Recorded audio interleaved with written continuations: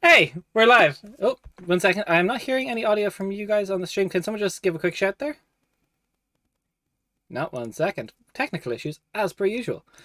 What is that device? Test again?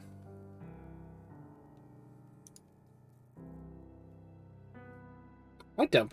Someone just give like a AJ, you're in the chat. Can you hear the group?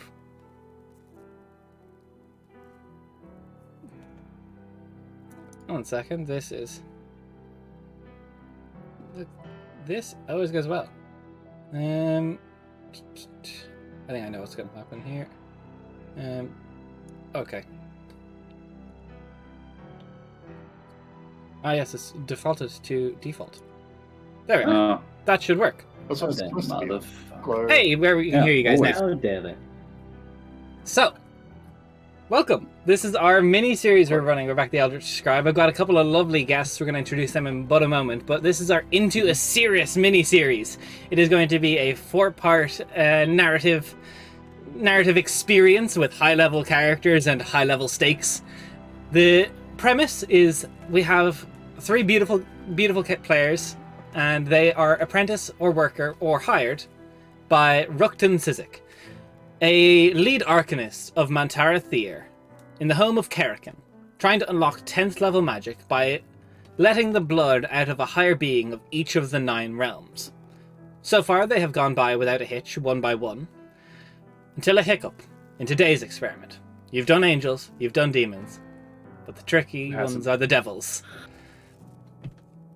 As the experiments went on one by one, we had different moments of prowess and expertise. Zemja, you said you would like to go first. Can you explain what brought you here and what you have attributed to these trials?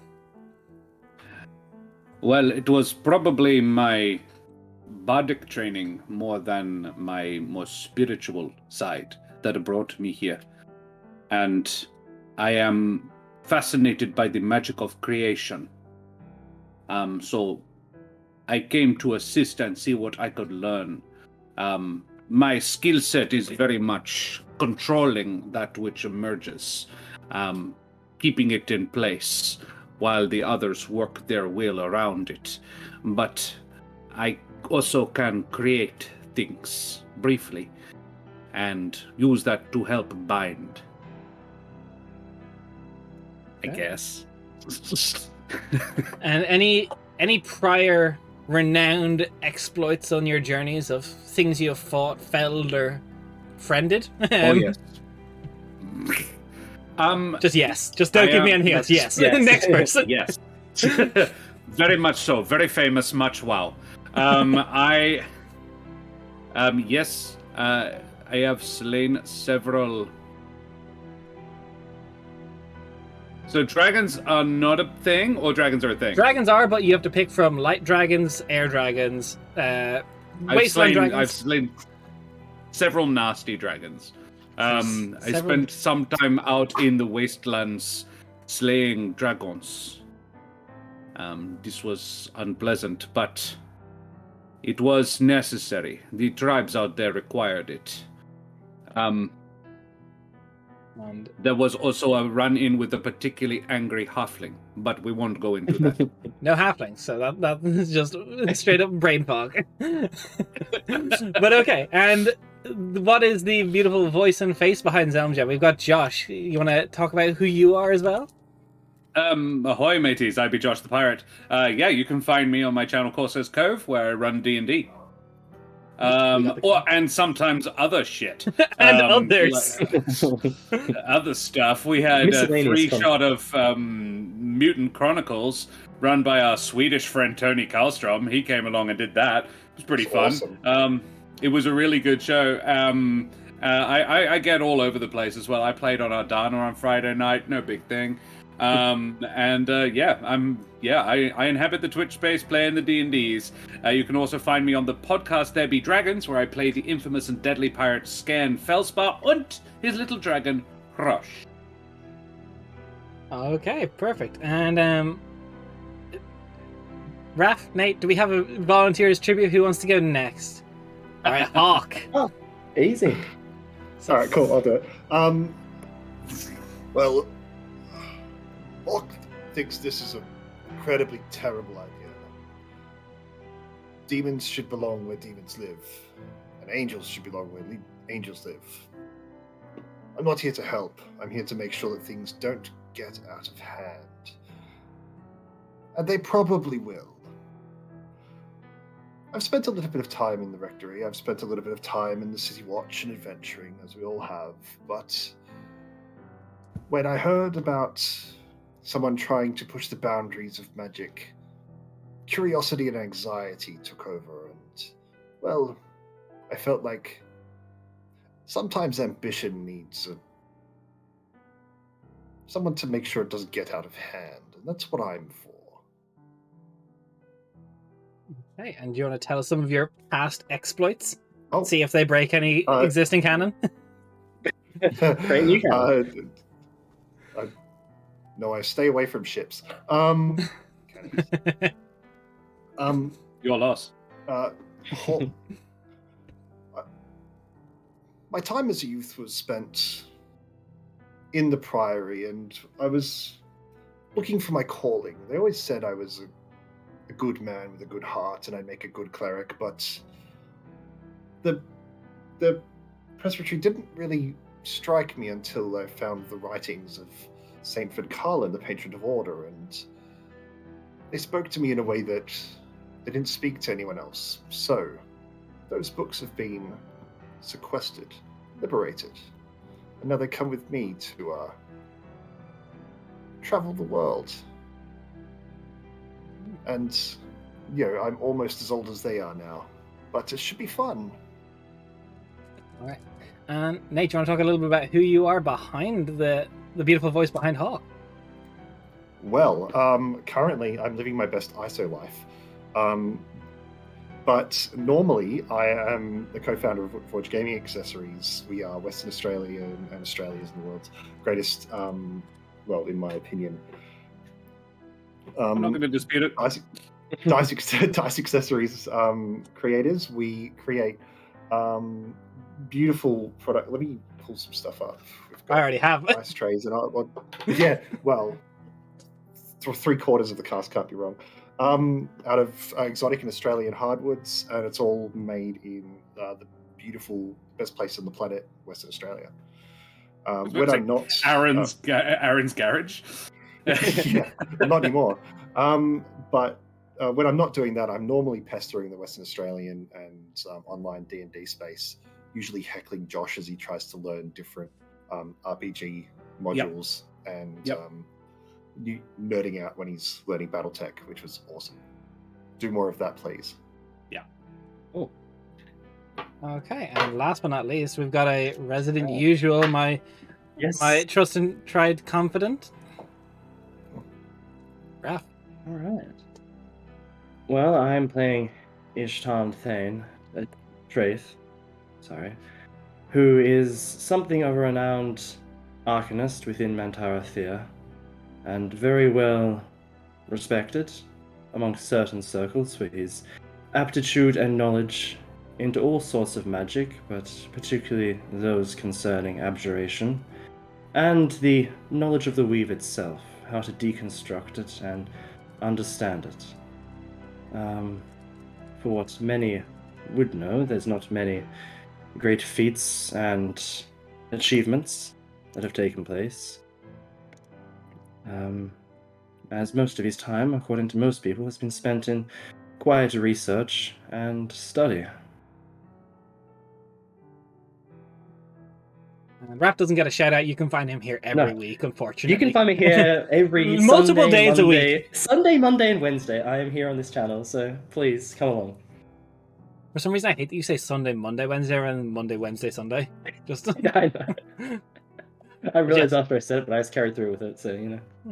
Well, I am Des. I am the rest. I'm literally everything else. I am the walls. I am the people. I am the tables, the chairs, the voices in between. So. You find yourself in the midst of summer. Rituals apace. Rukden, a older gentleman in this stage, wanting to work towards that 10th level magic. Daily has been casting Gate on different realms, spending different amount of times in between, researching creatures, researching higher beings, not the highest planar entities that would be able to refute a Gate spell, but ones strong enough to pull through creatures of renown, creatures that strike fear into the hearts of mortals, or hope, depending on which plane. You summon through, on the first few tries, a seraph from the mad goddess Celelia's side, as she is currently the most corrupted deity. She is the easiest to access. A demon, one of well repute in the modern and the material realm. Once a beautiful fae, now cursed as a life a demon, you pulled through Tarkan the Desiccated to drain some of his sandy blood for a while. Oh. Working through, you worked your way bit by bit. Now you make your way to the devils. The older gentleman in these crimson robes has his hair pulled back lightly, and he just goes, "Should work, it should work. We've got a name, we've got a place, we just need we need a bit of faith, don't we?" Yeah, there you go. Turn on the apparatuses over there. Ishtan, fetch the chalk. We need to go over the binding circle one more time. He's kind of scratching his forehead. He's not of a disregard for his word and reputation. His knowledge is with renown in Mantara Thir. But he's getting old. He's getting slower, and his mind is getting foggier. This will be his possible legacy, or his undoing. Why not both? Why not both? You're not wrong.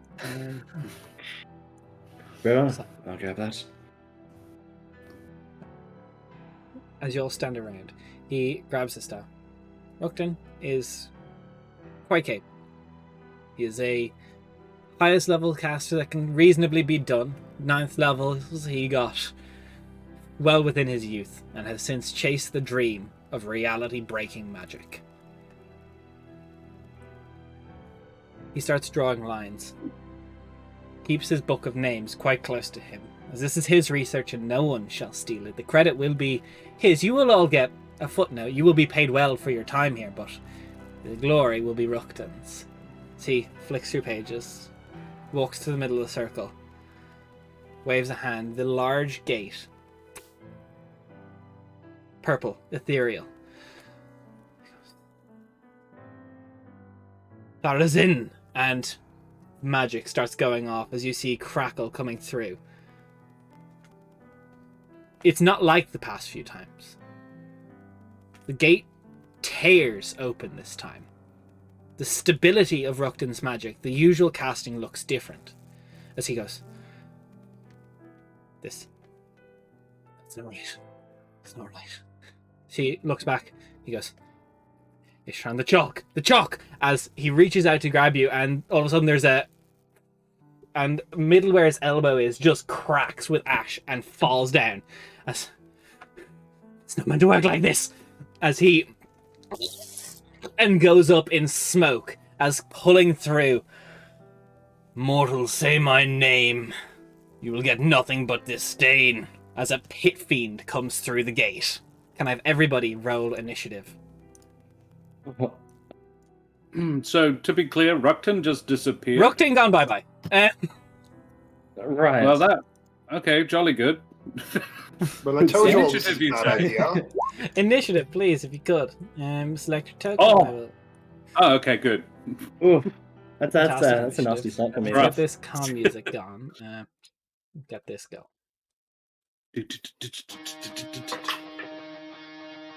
Oh, heck yeah.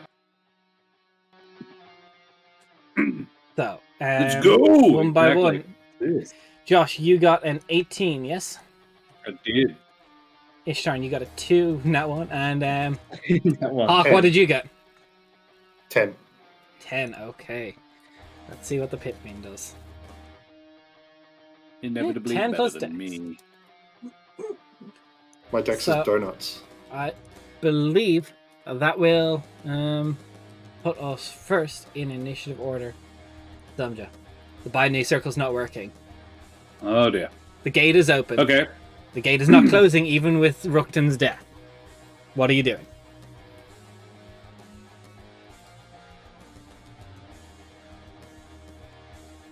It's your turn. Yeah. I was doing what I was doing. She goes to, she just sort of looks around like, and goes into like, well, I think this is probably a smite the demon. She smites the demon. The devil. I apologize. That was Palanarist of me. Yeah, she will draw her mighty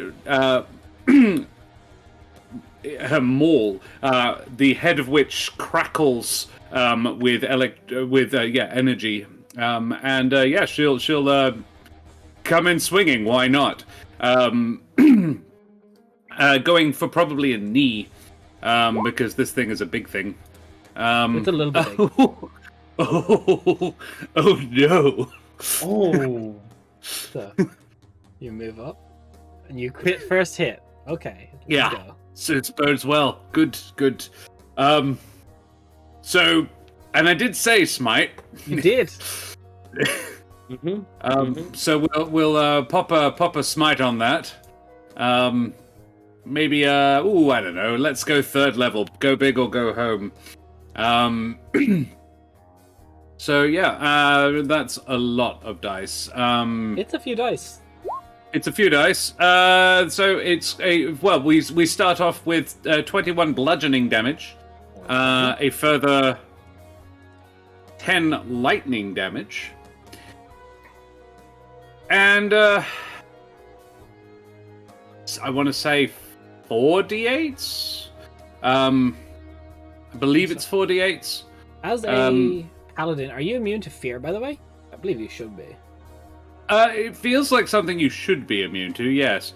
I definitely have I definitely have the aura of protection. I don't think I am. Maybe not yet. Well, we'll go after this. I'm not going to take away the stack, but when you start your turn within 20 feet of this dude, you will be rolling wisdom saves. Ah, very well. Level 10. You can't be frightened. I'm 9. And Yeah. everyone with it. Yeah, no, I've got aura of protection. That's level 6, but so I can add my charisma save to it, my charisma mod to it. So let's get this out. I'm giving you the crit because that was my mistake. We're going to have a lot of these. We're high level. Yeah, valid. So yeah, and then a further 15 radiant damage. Should that not roll another because its crit should be doubled? So it should. You're correct. So roll another 4d8, and then another 20. Oh, right, another 30. Okay, now roll me that wisdom saving throw to see what happens. See if you get afraid. Because you come in. What does your smite look like? It's a wisdom save, right? It is a wisdom save. Yeah. But it is actually a 13. Because I can add my charisma modifier as well. But there we are. Yeah. So, tell me what your smite looks like, because we're gonna have this badass moment first. Yeah.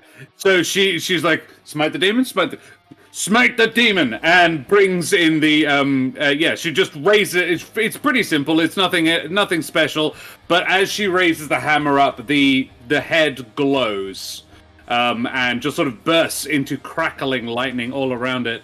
The fun thing is, I actually can re-roll a whole bunch of this because I have Great Weapon Master. Ones, it's 2s and 1s, but there's 2 2s and a 1. Yeah, so roll me 2 more d6 and a d8. There's 2s instead of a 2 and a 1. That's an improvement of 1. And a d8 and a 7. There you are. So that's like 6 more. Yeah. So as you go through, the wisdom save comes through, hits the smite. You are used to eviscerating these creatures. You are a paladin. As he just, it sears in, and he starts grinning through the pain. He goes, Little one, I'm not a demon. I'm a devil, as he just grabs it and pushes it off him. You're frightened of this dude? Oh, my mistake.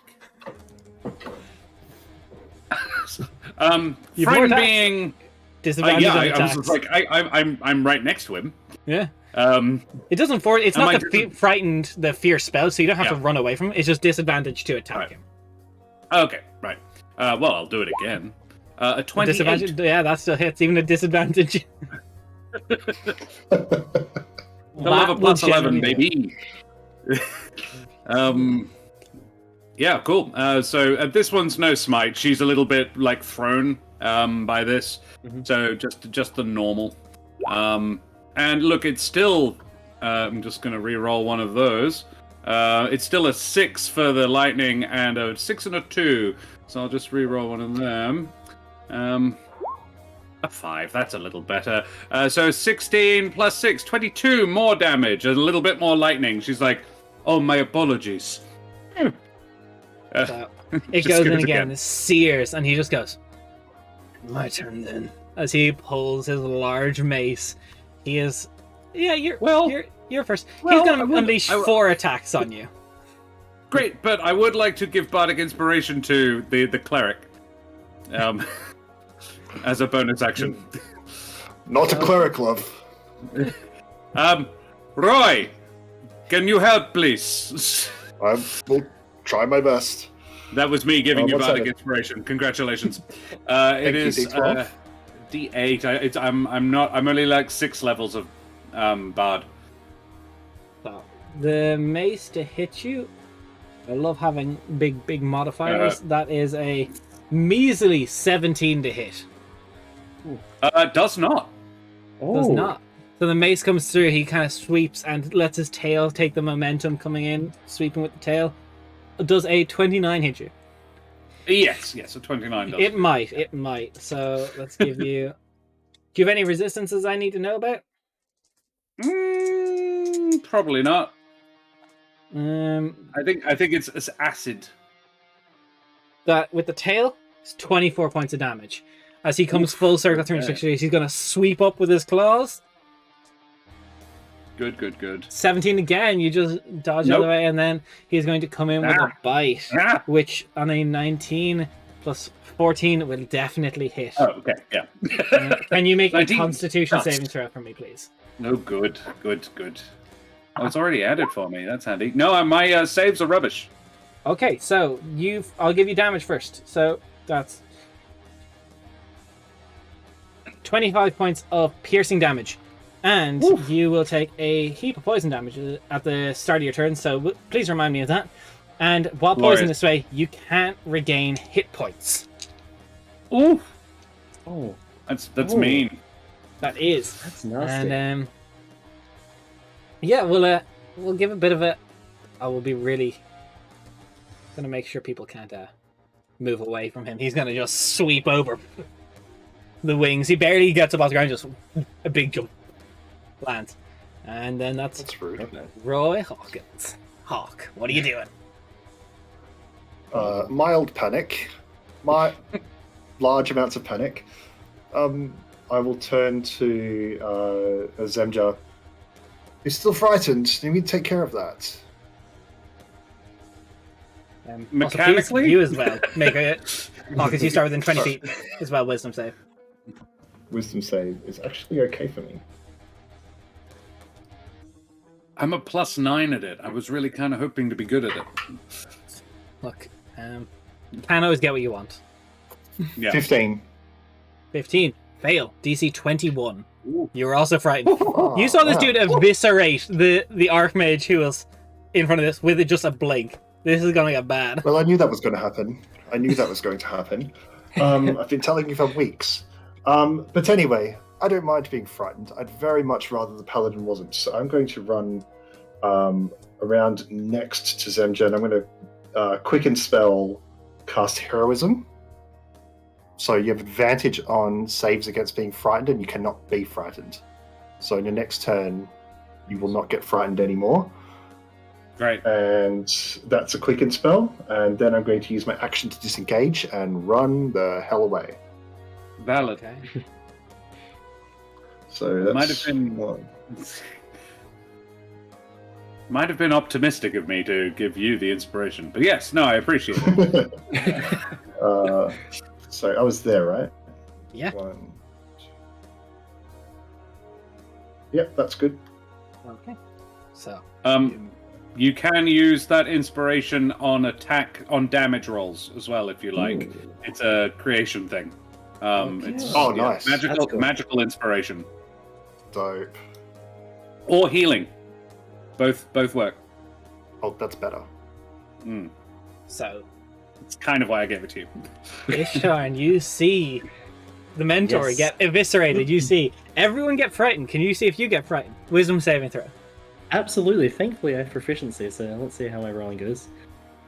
21. Alright, I'm not using roll 20 dice because they betray me. As with always, feel free to use your own dice if you want, Josh. That was I've had a mixed bag so far. that was an amazing 9 on the dice. So Hey, absolutely, I'm frightened.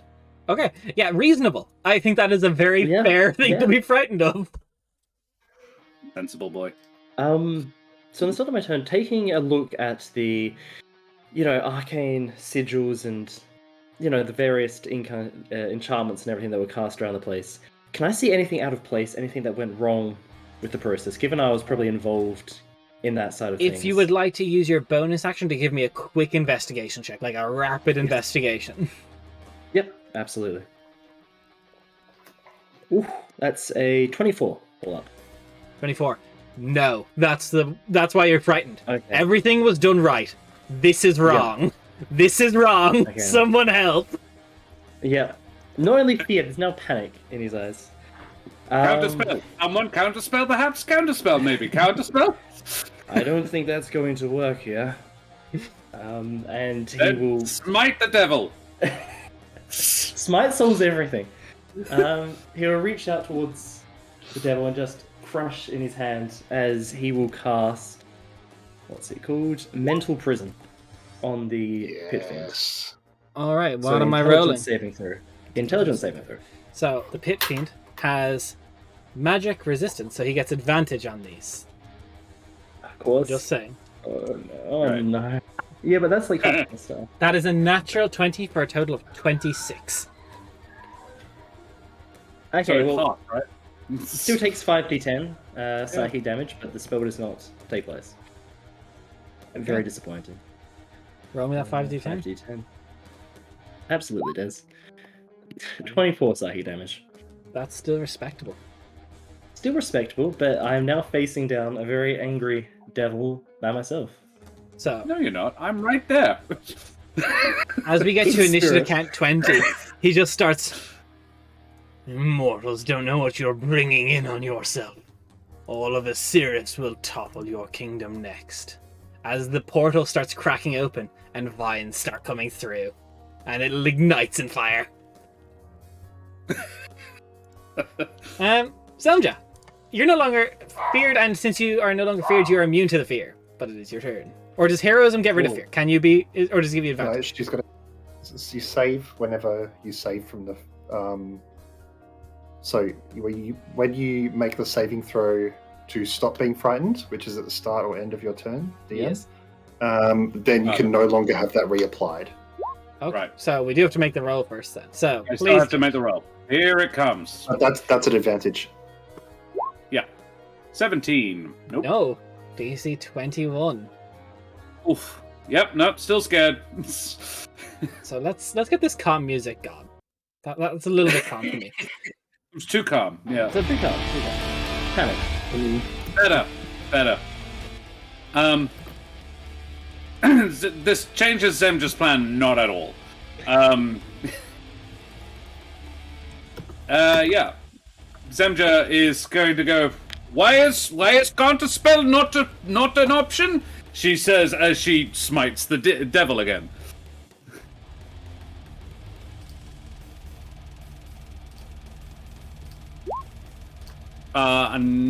It's only a 16. 16 does not hit. Nah. Just the wing comes forward, just spears on the wing, and just throws you off. How about a 25? 25 hits. Zemja like swings in, the wing takes it, and Zem goes, "Oh, okay," and like brings it up, and she yes, there is a moment of you hear her mutter something under her breath, and yes, our audience would hear her, like there would be a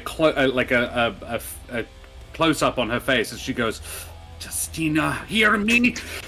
Boom, and just brings it down, ideally on the wing. It's like, "Oh, you want me to hit the wing? I'll hit your wing. That's okay." And she aims for the joint where on a bat wing it would be where the hand is. And she is going to crank in the highest level smite she can. Okay, hit me with it. Which is a level 5. Rolling those dice. Yes. So, Dragon's Wrath. Aw, I'm gonna re-roll that. A couple more d6s there. There'd be more d6s there, man. Oh no! Oh, no. Nothing. Wait, you have to use the new roll, don't you? Right. Yeah, it actually drops it by 1. So yeah, that's fine. So 12 damage all up there, and then some d8s, quite a few of them. And then a further one Joshua. Well, that's the re-rolls there then. So 2 3s, 2 5s, and a 4. 6 to 20. Yeah, okay. And then another. 25 radiant. Okay, is it? It steers in, So- his wing cripples in a little Yeah. bit, and it just goes, "Good. Fight for your life." He's like, "No, I am fighting for yours. And I can't heal magic? No healing Cannot magic? heal. As you're poisoned at the end of your turn, Do you want me though. to roll that poison thing? Or is the At poison the at the end? Right, okay. Oh, also at the start of your turn, you would have. Thanks for reminding me.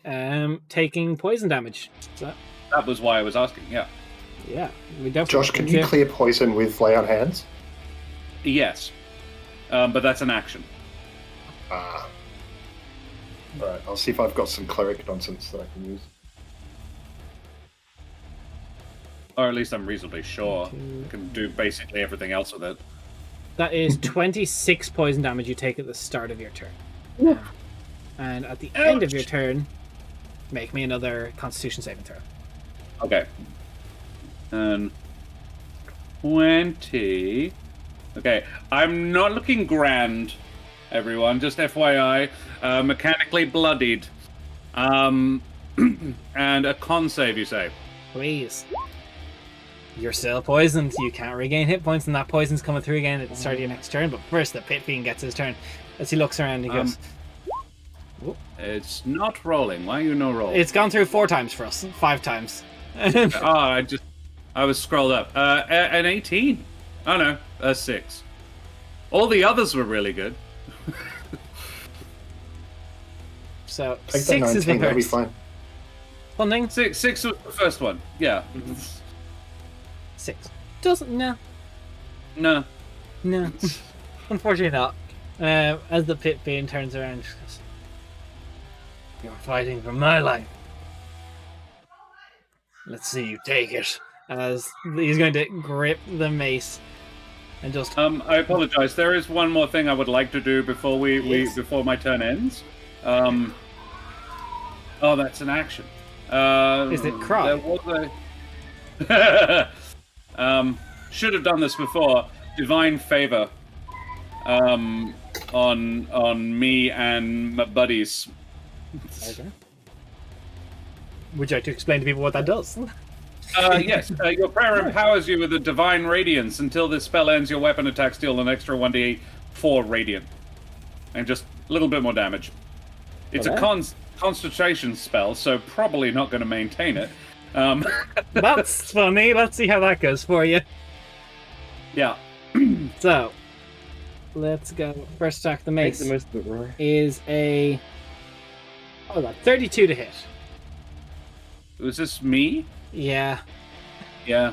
It says, "Is this me?" Does it have to be? Yeah. Just clear. Yeah, that's all right. So that is going to be simply first 13 bludgeoning damage, and I got to roll some d6s for the fire damage that's coming off this thing. Oh, good. Oh, that's a lot of sixes. That's not good. You can keep that sort of stuff to yourself. Oh, it's actually not too good. 22 fire Is it possible? damage. 22. Is it possible to be poisoned while you're unconscious? Technically, yes. That's bad. Oh, no. But it's okay, because someone else tried to attack the pit fiend. As the mace goes through, he comes with full swing and is going to slam the tail back at each time. Absolutely. That probably will hit.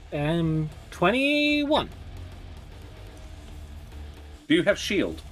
I do, however, that would make my AC 21. So, Still, yeah. still goes through. Okay, so I gotta give you some d10s and spread this love around. Oh, that's How low. dare you, dude. How dare you. Oh, no, it's not. Never mind. It's actually perfectly average. 24. Okay, it's not too bad. It's not too bad. And yeah, well then, we already have one poison, so let's get a second poison. When he's doing the sweep, he's going to try and bite Ishtarn as well. Yep. 30 to hit. You know what? I reckon that might hit. Just hits. Just hits. Just about. Scratches through. Okay, that's not. What happens if we all die in the first combat? We have a very short 4 weeks. Cool. Let's try again. Reload a save. That is 20 piercing damage and a Constitution saving throw, please, Ishtarn. And then the piercing. claw is going to sweep back at Zamja as well. And a con save. So let's go. Ooh, okay, that's a good con save. That's 21 for my con save. 21 is the DC. You're not poisoned. Nice. Good. But the Thank claw God. against Zamja, I believe that will not hit with a nat 1 is only 15. Yeah, okay, good. Yeah, no, it does not. Because otherwise I was dead. Alright. I have 14 hit points. And you can't regain hit points unless his poison is gone. Nope. Otherwise I just touch myself. But that's Hawk. What are you doing? What are you panicking? Well, my cleric nonsense is out of the way, but I've had a really good think, and I think we're going to solve that poison problem. That's the first one to go.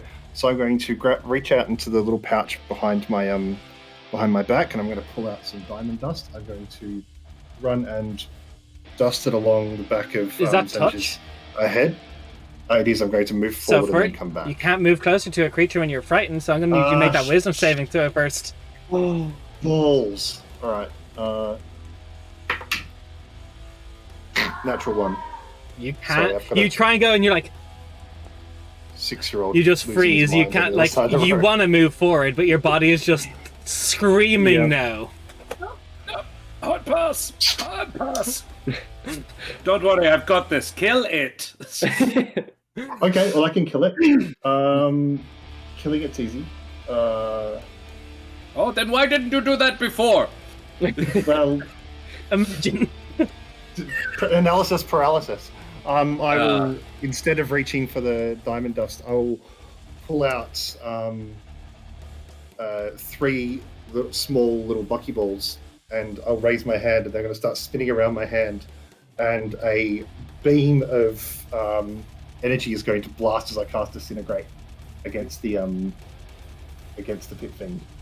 That is a dexterity saving throw, DC 18. Dexterity. I think this is probably his worst, his single worst, although his proficiency. So, what's the DC? 18. His advantage because of his magical resistance. So that is a 4 and a 3 on the dice. So, Ooh. highest is a 12. So it's a fail. So I think I might roll this in roll 20 because it's, what is it? It's a lot of 10d8? Or- Yeah, it's 10d6. I'm just going to roll it in. Hang on. Oh, that's awesome. Come on, computer. Yeah, lead with that next time. You can also add your bardic inspiration dice if you want. Make it 11. No, it's 10d6, and I'll add the d8 afterwards. Plus, All right. How do you cast spells? So you can just type /roll. Okay. D6. So like 10d6 or whatever it is. Space 10d6. So it should look. If you put there you go. So add 40. Add 40 to that. 40 for Yeah. 71. Plus a d8, Not bad at all. which is another 6. Oof. So 77 total damage. That's And that bardic inspiration is gone. Oh well. So And I'll he collect is. those. He was bordering bloodied before, and now that disintegrate just takes out a chunk through his shoulder as he just tries to pull the flesh off of it that's disintegrating and slot off to the side. He's not looking amazing. happy. Well, that went well. Yeah, good. Lead with that next time. Hang on. Come on, computer. And I'm going to step back a few more spots. That's a bookcase. Oh, they're on the ground I'll now. collect This them. room's shaking. Not stirred. Oh, good. I don't Everything want to be in that it close. as well. I don't think I want to be that close to that portal, so I'll scooch over here a little bit. And I will put the magnets back away. And that's me. Okay. Ishtar. All right. Do I make the wisdom saving throw at the start? Please. Perfect. Alright. That's not a spell or anything like that. No, it's an aura. Right. Deprive me of all my class features, Des. Alright, that's I will. That's Constitution. Oof. That is 7. All up. So, still poisoned. Oh no. Well, not poison, just Poison's afraid. getting I'm frightened. Oh, for frightened. This is a frightened. Sorry, yeah, because I said that before. Yep. Cool. Now, if you can't cool. do something about your buddy's poison, though, gonna take 66 damage at the start of their next turn. Yeah. That'd be grand. That's not a magic effect as well. No. If it was magical, I could do a lot, but it's not. So I'm a bit useless right about now. I think, Des, in regards to this whole setup of this process, did we set up any contingency plans if things went awry? Things weren't meant to go yeah. right. Give me a quick Yes. history check, because Rutkin was very, Yeah. very secretive about all their own magics. This wasn't meant to Okay. happen. Yeah. So a history check. 23.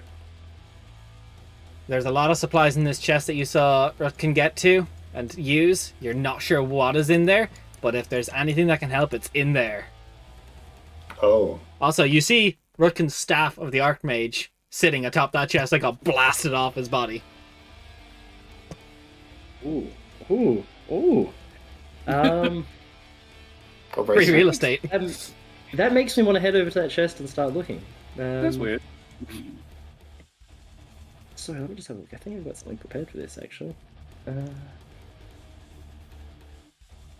I had a spell for this type of situation.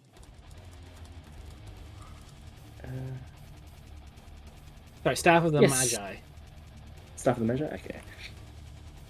Alright, so as a bonus action, I will cast on myself Kinetic Jaunt, which allows me to move through spaces of other creatures without provoking opportunity attacks. And I will walk past him and head to the chest over here.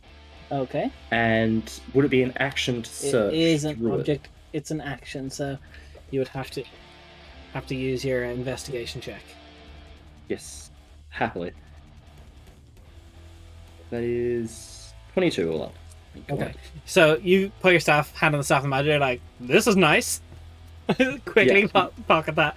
You open the Quickly chest. Inside is everything that's like filed very neatly by scroll and like scrolls, potions, like various small little like leather cases that are obviously wrapping something.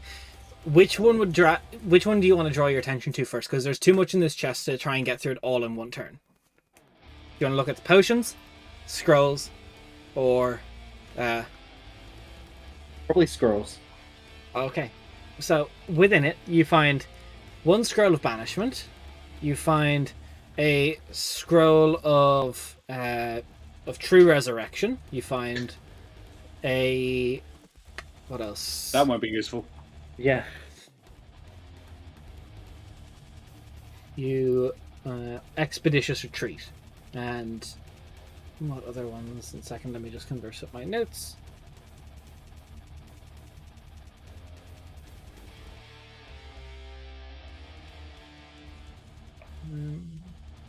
Other useful. Death to devil spell. Instant kill. Yes. The other than that, you find ATD cartography. Thanks for the follow. While I check this up, you find a scroll of teleport and arcane gate. Okay, that's 2 very useful. But just not at the moment. Bomber Steve, thanks for the follow. Very gamer. All right. So, and the staff is attunement, I'm guessing. Yes, the staff of the Magi is Okay. attuned. Okay. Cool. Well, true res will be very useful when we have to bring back some of the party members. But yeah, that's it for now. That's action, bonus action. Okay. Zamja, I'm going to roll you some nice dice. Do I resist the poison, like at the beginning of every turn, or is it I'm poisoned and therefore I'm poisoned? So you don't take the poison damage when you get hit. So you take the poison damage at the start of every turn. You make the save at the end of every turn. Ah, right. So if you fail it at the end of your turn, you're taking that damage next turn. I believe. Yes. Right. I rolled a con save to see whether or not I kept my concentration. Reasonably confident I did not, thus rendering that spell completely redundant. But Well, let's see what we roll. It's 66, which could. I mean, you're going to have to roll 1s and 2s. I did not.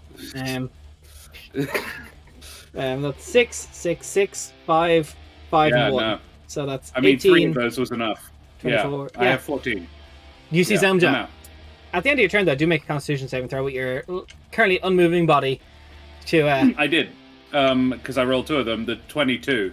So you're no longer poisoned. You can regain hit points. Cool.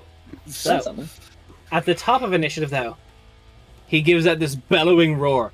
He goes, "You will die!" And more vines start creeping out, and the entire thing starts cracking. The entire floor starts giving in. Anywhere you see vines or this odd acidic energy that's coming through is difficult terrain. Noted. As he is going to... DM, just a really question. If Zemja has saved from the poison, can they no longer have poison applied to them? No. In what regard? They can suffer from this poison again if they get bitten again. Yeah. Okay, cool. Good to know. Yeah. It's not one of those... I haven't metabolized it and I'm therefore immune to it. So, not anyway like death save invoking, but he just steps on Zamja's body. You just hear it. There's definitely a broken arm there as he steps over as Ishtar and you're looking at the thing and he goes... He's going to try and just... Yeah, we'll sacrifice one of his first attacks to grapple you as he's just going to, with one hand, try and grab you. How dare. Oh my god, that's so low. That's so low. I rolled a 5 on the dice. Unfortunately, he only has a plus 14, so you have to beat a 19. Acrobatics or athletics. Oh, okay. Acrobatics, athletics. I am atrocious with both of them, so let's have a look. Right. It's going to be acrobatics with a +1, which is a 17. So close, but So he just pulls you up, sacrificing his claw attack for the turn. He's just going to hold you in front of him and goes, "You look like you'll be tasty for now," and he's going to just try and bite a chunk out of you because you succeeded on the poison. So, oh my god, that's a 1. So I don't believe a 15 will hit. 15 will not hit. Yeah. So Ishtar just does the thing that every toddler does when you try and pick him up, just goes limp, and he's like, "No, no." Yeah. So instead, he's just going to try and go with the mace instead. Let's see if this will hit. You might be able to shield this. 4 on the dice for a total of 18. Yes, I will shield that. Love it. Okay. Love everything Perfect. about it. Which, thank you, Des, because that will bring up my arcane ward as well. So he's 15 feet this way. He's going to move with you, half speed, but he's just going to let his wings... And it's going to whisk midair, like going like barrel roll, and the tail is going to come down on Hawk. Which will hit with a 29. No, that misses. Yes, that hits. Oh, thank you. That's not too bad. That's not too bad. Oh no, that's a 9, not a 2. 8 is 25 bludgeoning damage as the tail just cracks into you. But it's your turn, Hawk. Well, sweet. My turn's going to be nice and easy. I'm going to cast Heal on Zemja, so you come back with 70 hit points. Cool, thank you. And I succeed on the con save. Okay, and for heroism, so you are still not frightened. Nice. Yeah, perfect. Also, you started your turn more than 20 feet away from him, so... Oh no, it's your turn. No, never mind. Wisdom save to see if you're frightened. I was already frightened. Oh yeah, sure. Yeah, so every turn, so see if it renews. See if you beat it now. Still frightened. Still the big spook. Obviously still frightened. Terrifying thing. Yeah, it is kind of spooky.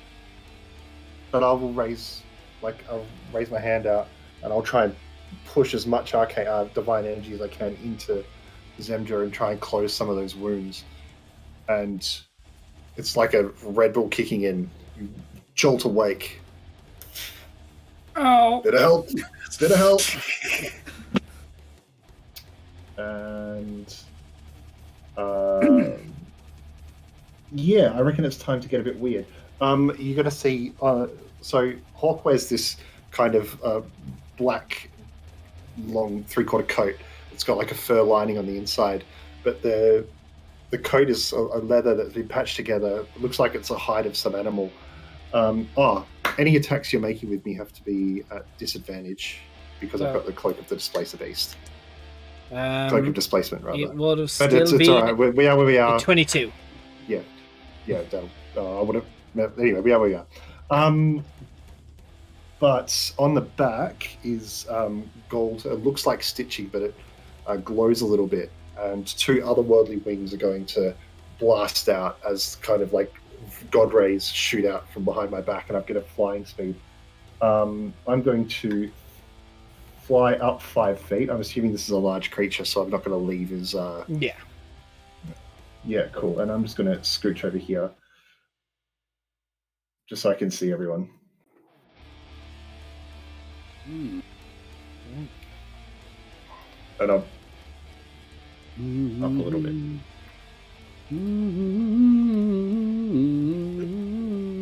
Ishtar, and you are within the grasps of this pit fiend. What are you doing? That's good question, Des. Very good question. I am a little bit at a loss at the moment. I'm trying to piece this together. That's so weird because I'm trying to piece you guys apart. Okay. It's been quite badly damaged, especially after that disintegrate. Yeah, that chunked it. Yeah. Alright, well in that case, Ishtar will remain being grappled, as in his other hand, you just see this crackling ball of just lightning form as he casts lightning bolt through the devil in front of him. That's dex save, I remember. I believe. Yes. So add advantage because of the magic resistance. Of course. That is 22. Yeah. So he kind of, you start punching and he just goes very quickly and just twists you a little bit, so it kind of just grazes him. Wow, that's just rude. 25 halved. See, I'm going to censor a very recurring theme here, which is you just denying all of and saving on all of my spells. We're going to find out. Oh, sorry. Zemja, that was 80 hit points, not 70. Oh. Thank you. Yeah. Bonus action to billow my cloak of billowing. Very furiously at this situation. Kind of wraps around his hand. You're kind of like gloved. So, At initiative count 20, now that the portal is fully charged going into the prime material, can I have everybody, as the winds start coming through, you hear this howling. As the wind itself starts rending flesh from bone, can everyone roll me a Constitution saving throw? Great. Into the boats. 20. Okay. 27. 15. So, Hawk, you're the only one that succeeds. What? Ow. It's how dare you? 15. Old age. Experience. That is Yeah. 20 points of piercing damage as the wind that starts to come through literally starts pulling. You see your flesh start pulling off this like from your skin, starts peeling back. Your face just, oh, it's awful. But it is Zemja's turn. Just horrible. Yeah, you're basically yeah. becoming human slaw. Ooh. Yeah, Zemja uses half of her movement to stand up. Says something along those lines of, this is just horrible. It's going to make that wisdom save to see if she can not be frightened anymore. No, you're immune. Oh yeah, you're within 20 feet. Yeah, I am at 20 feet. I thought I had to save from it first. I've never succeeded. I was asleep. Oh. I would say no, because you haven't succeeded from it yet, Yeah. so... How about, though, I didn't do it last turn. Tell you, I'll let you... For some reason it came through twice, so I'll let you make It's a con save and a wisdom save. Oh, con save and a wisdom save. So the con save, 20. The con was alright. Yeah. No, the con was to resist the blast of Okay. meh. The wisdom save, with the advantage, it's DC 21. You succeed. Ooh. Okay, thank you No very longer much. frightened. Yeah. How close is he? He's 20 feet, isn't he? It is. Oh, How no, you been it's, yeah, he's posing right 15. now? Boom. Yeah. I'm gonna run up with the mace glowing. And yeah, take a swing.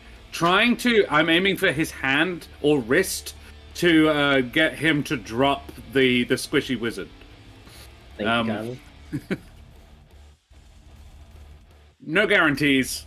Let's find out. 27. 27 I'm hits. good at one thing. only gotta be good at with one some thing. smite pumped into it. Yeah. Let's put a level 4 in it this time. So yeah. Oh, still not amazing. A 6 and a 1. So we'll re-roll that one. For 3 this time instead. There we go. That's a little bit better. 14 and 5 lightning. And then 4 d8s. 4 d8s, yeah. For another 24. To make him drop him. So 19 plus 24. I will make a strength save to see if he drops him. And I will set the DC as the 24 of the radiant damage. Very well. That is an 18 on the dice with his big old strength modifier. You see the wrist actually crumple in, and with the other hand of the mace, he literally knocks the bone right back into place with the mace. Ooh, Anything else? what the shot? Oh, well. I was like, well, I tried. And I don't think that's how healing works. As a certified not doctor, I can confirm it doesn't. Let's do it again. The mace again for only a 21 this time. 21 hits. Hey, cool. And I'm gonna say a second level. I don't want to burn all my high level stuff just yet. So 3d8s. Ooh, I'm gonna re-roll one of them. There you go, that's one better. 18 points for them. And Dragon's Wrath itself. Wow, 12. Okay, let's go roll that d6 again. In fact, I'm going to roll 2 of them because the lightning was crap too. The lightning stayed the same, but the other one increased by 1. So yeah, 15 lightning and bludgeoning, and 18 radiant. Okay. As you'll start getting, he looks a little bit concerned. He just goes, "You can try and fell me here, but I will walk right back through that gate as soon as I replenish." As it's his turn, he is. And then I cast Healing Word on myself. Healing Word on yourself. Okay. Thematically, we're going to theme this, but it is technically a claw attack. He is going to take Ishtarn and just into the ground. Which is a 22. 22 wheel, and I can't shield that. That's Okay. how to get me, Diz. I'm trying to get all of you. Don't worry. It's not just you. That's not that good. Healed for 9. 16 bludgeoning damage as he just slams you into the ground. And he's going to release you. Then poison. You're no longer poisoned. We're going to do the bite on Zelmja just to try and reapply that poison. That's just cruel. That is a dirty 20 total to hit you. I don't have my shield out, so yeah, it hits. And can you roll me a con save? I'm dual wielding. Okay. 19. Fail.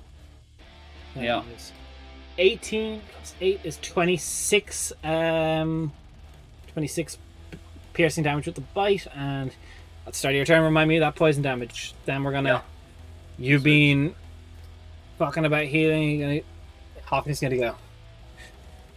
Been bringing people back. Let's not have that. As he's going to hit you with the mace and then swing with his tail. So mace first is 29 to hit. Hits. So that is. I need to get. Don't you just love high level? You have so many dice to roll. That's why I'm digitaling it. I just like math rocks. That is 15 bludgeoning, and That's alright. not too bad. 10, 25 points of fire damage, and then we'll go with the tail. Ow! Which is really low on the dice. Might just not hit. Is a 7 plus 14 is 21. Shield. Hits off of it. It'll move you a bit. This is getting hairy for all of you. But it's your turn, Hawk. It really is. Oh, crap. So are you tracking your HP on a separate sheet? Because I just don't see it updated. Yeah, I am. What's your current HP? Just out of curiosity. Oh, yeah, sorry. 44 of 109. Just for stream's sake, so people can see the HP bars. Yeah, it's one more than me. If I could get typing right. I should have twin spelled that heal. That would have been great. That would have been smart. Yeah. But it's your turn. Yeah. Why not? Do it again. I could, yeah.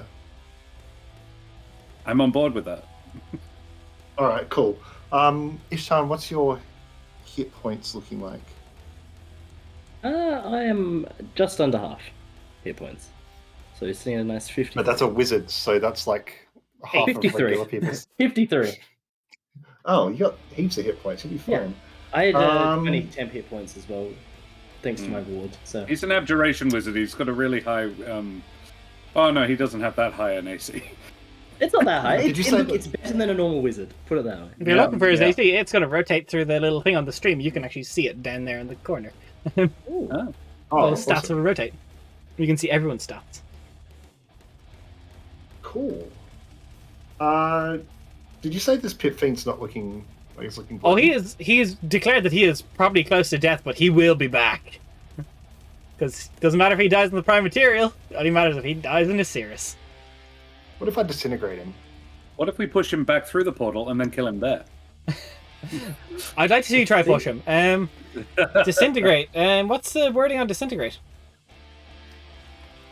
Let me pull that up. Come on, brain, you can do it.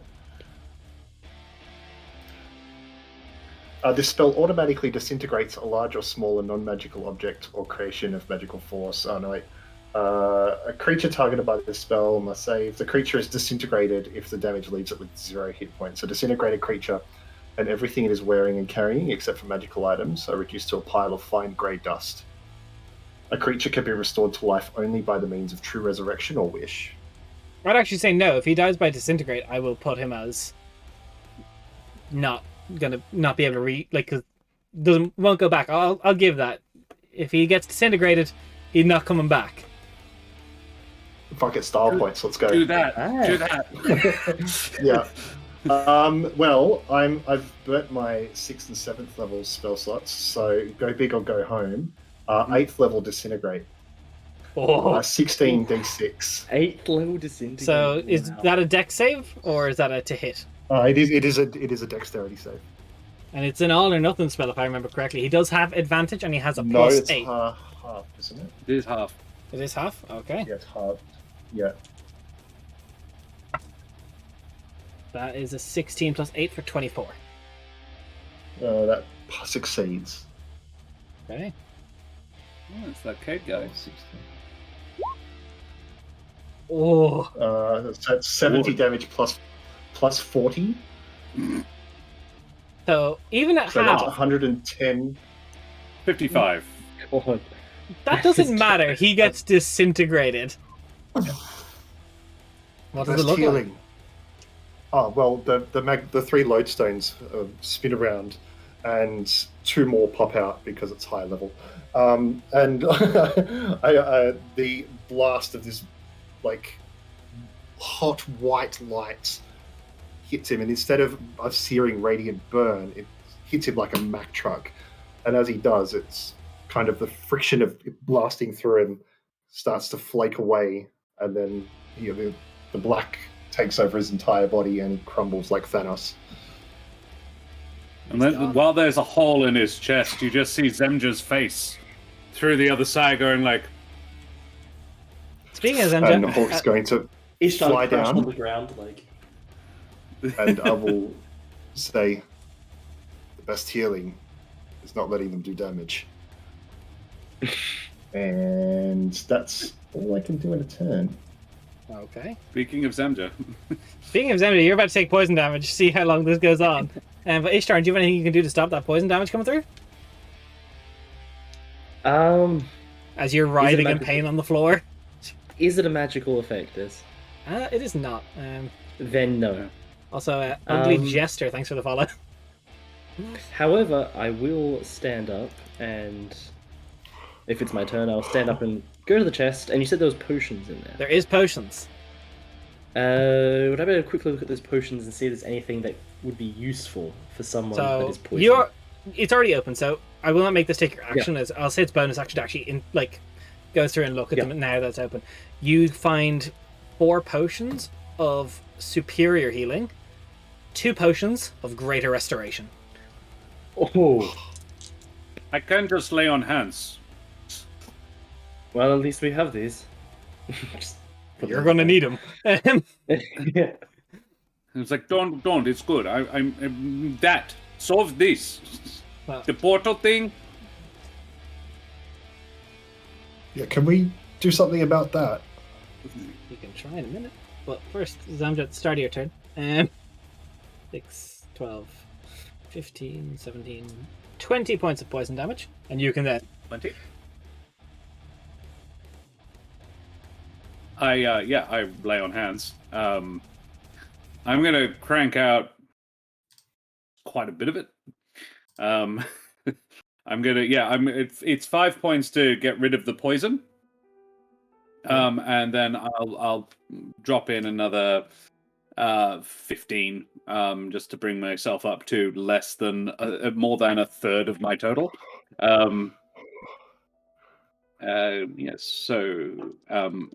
That's my action, is to raise my hit points back up to 38. Zem just goes, all right, how do we close this? I can try a thing. And she would go over to the portal Are we still in turn order? No, we are out of initiative. Okay. I would be interested in trying to use my channel divinity ability, abjure the Palinar, extra Palinar. Yeah. I use my divine energy to castigate unworldly beings. I present my holy symbol to each aberration, celestial, elemental, fey fiend within 30 feet that can hear me must make a wisdom save, or it is turned for a minute. I don't know if that would necessarily work in this situation. It's really just the only thought that's in my head right now. Close the thing! Close the thing! So, at this stage, for thematics and, like, stories, I'm not going to keep doing, like, you all very quickly realize that the winds are getting bad. So you get, like, cloths out, you quickly wrap any exposed skin, very much so, like, sandstorm ready. Yeah. It does nothing. You try and go to it, the heat that's already emanating off of it is immense. Nothing you've done.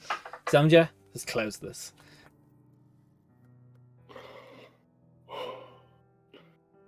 You are a gift.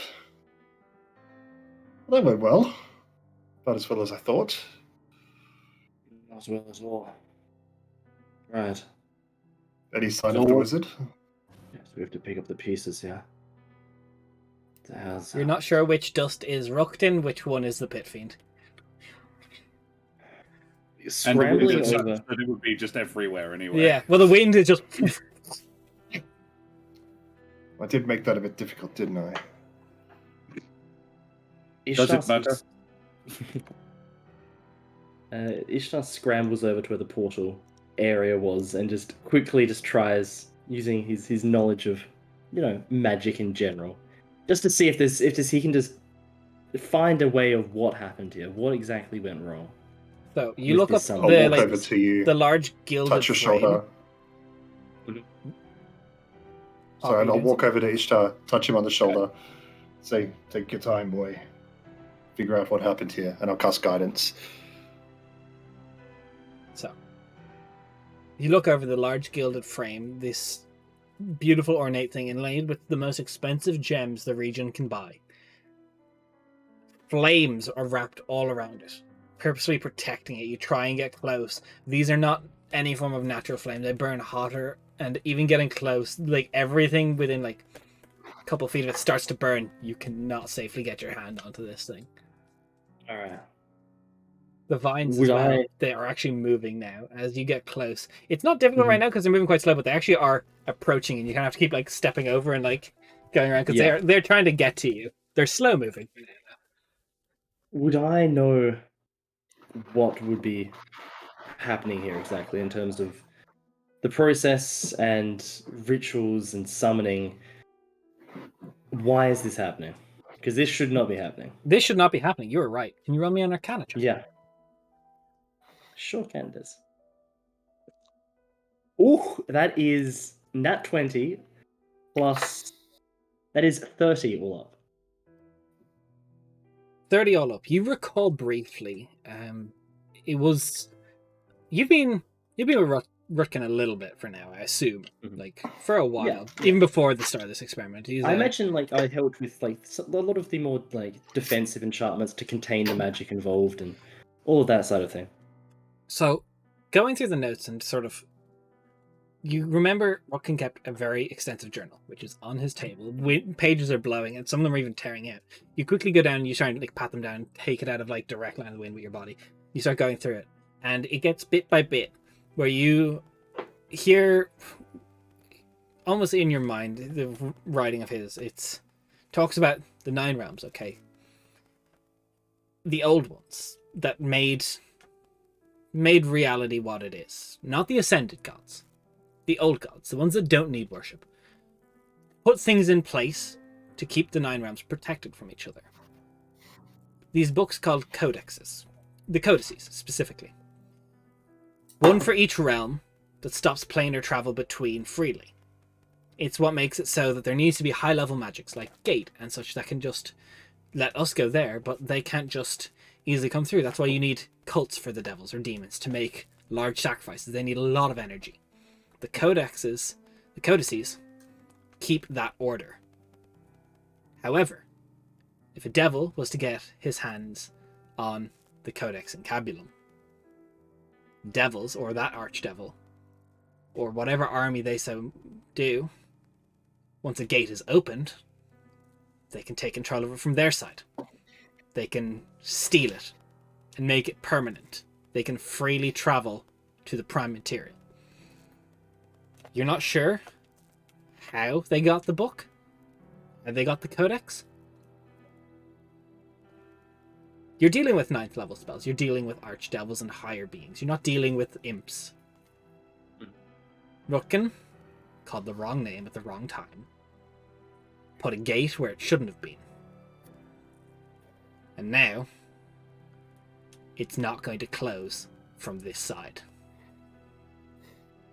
This is something that the Arcane Convocation, the ruling class of Matarthir, needs to know about. There is no defending this room right now. All you can do for now is activate any arcane wards that are within here and hope nothing comes through until something can be done. You can either go through the lot of you now, or seek the knowledge of the Magocracy as a whole, see what advice they can give, but if this doesn't get closed, this is the end of Matarthir. Is it likely to expand? Depends on the devil behind it. If there is a archdevil who has that book, and if they wish to do that with the codex, now that they have a tear, they can keep pulling at the string and unravel the reality that separates the two. It's possible. So depending on the intentions behind it. They could make the place one and the same with their realm. This is not good. This is far from good. It needs to be closed from that side, not from over here. But we need to bring it to the attention of those more senior here.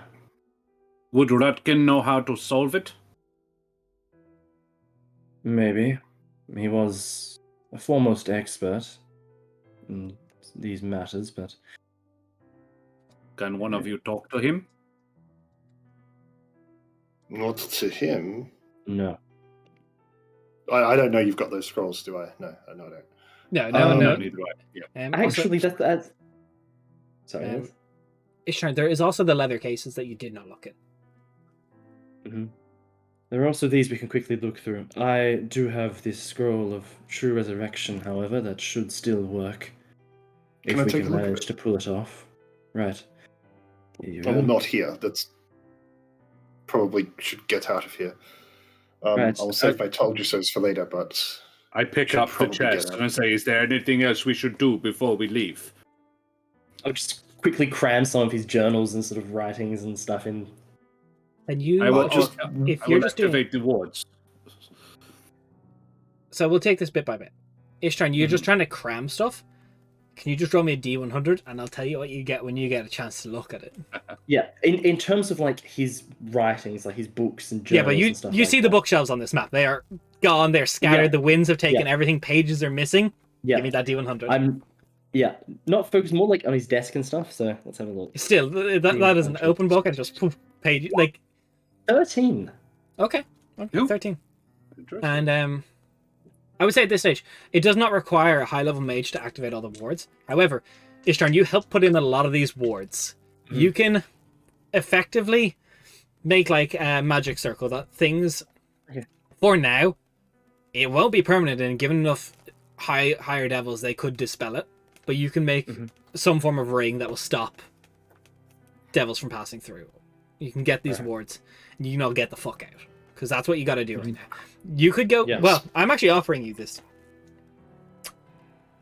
Time is partially of the essence. Do you wish to go to the Arcane Convocation and speak to the mages, the Magocracy? Or is this pressing enough that you're going in now? I don't think we know what to do when we get there. And in case we fail, we need to at least have other people knowledgeable of what is going on. Yes. They could help us. We don't need to be long, but we do need to be quick. We do. Matters such as this should be brought to their attention. Then let's go. Before we do, this is a bit of a hairy situation. It's only going to get worse. You should both be looked after, and I'll touch both of you, and I'll twin spell Death Ward on both of you. Ooh. Very nice. Oh, that was uncanny. Thank you. Well, that's all right. It's saved me a bit of time. I hope not. I hope you don't not offended, but I really hope not. Me too. I'm with Zim there. Well, this get the was hell out fun. of here. Let's go. Yeah. Already just heading up the stairs. Bailey. We're heading down the stairs. You're at the top. Downstairs, yeah. So Like you we're come in a out tower, right? I assume Yeah. we're in a tower. you head down out the tower. All these wards, like it's kind of like this is how I'm picturing with the brief stories I've gotten from two of the three characters. But Ishtar, your wards, it's kind of like you're going to the stage. You're so proficient with these wards. It's almost like you're just flicking off the light switches as you're going to stairs. Like, oh, that one, that one, that one. No, not that one. This one, this one. Oh, can't have those two on at the same time. Yeah. Like a panel of different things, and they just start flaring these sigils as things. And like this kind of like each time shimmer, like step down. basically for the cartoon aspect, if this was like a meme game, Ishtar's putting up a layer of cling film in front of the gate so they slap into it. Like, but all the wards are up. Something will get through. It's not going to stop them. It will delay them. But that's all you need. You get out into Karakin proper, the capital of Mantarathir. The architecture here is beautiful. It is very reminiscent of what you have here. It's a lot of towers. Once upon a time, it was a smaller fishing settlement before they had a war of independence against Castelia.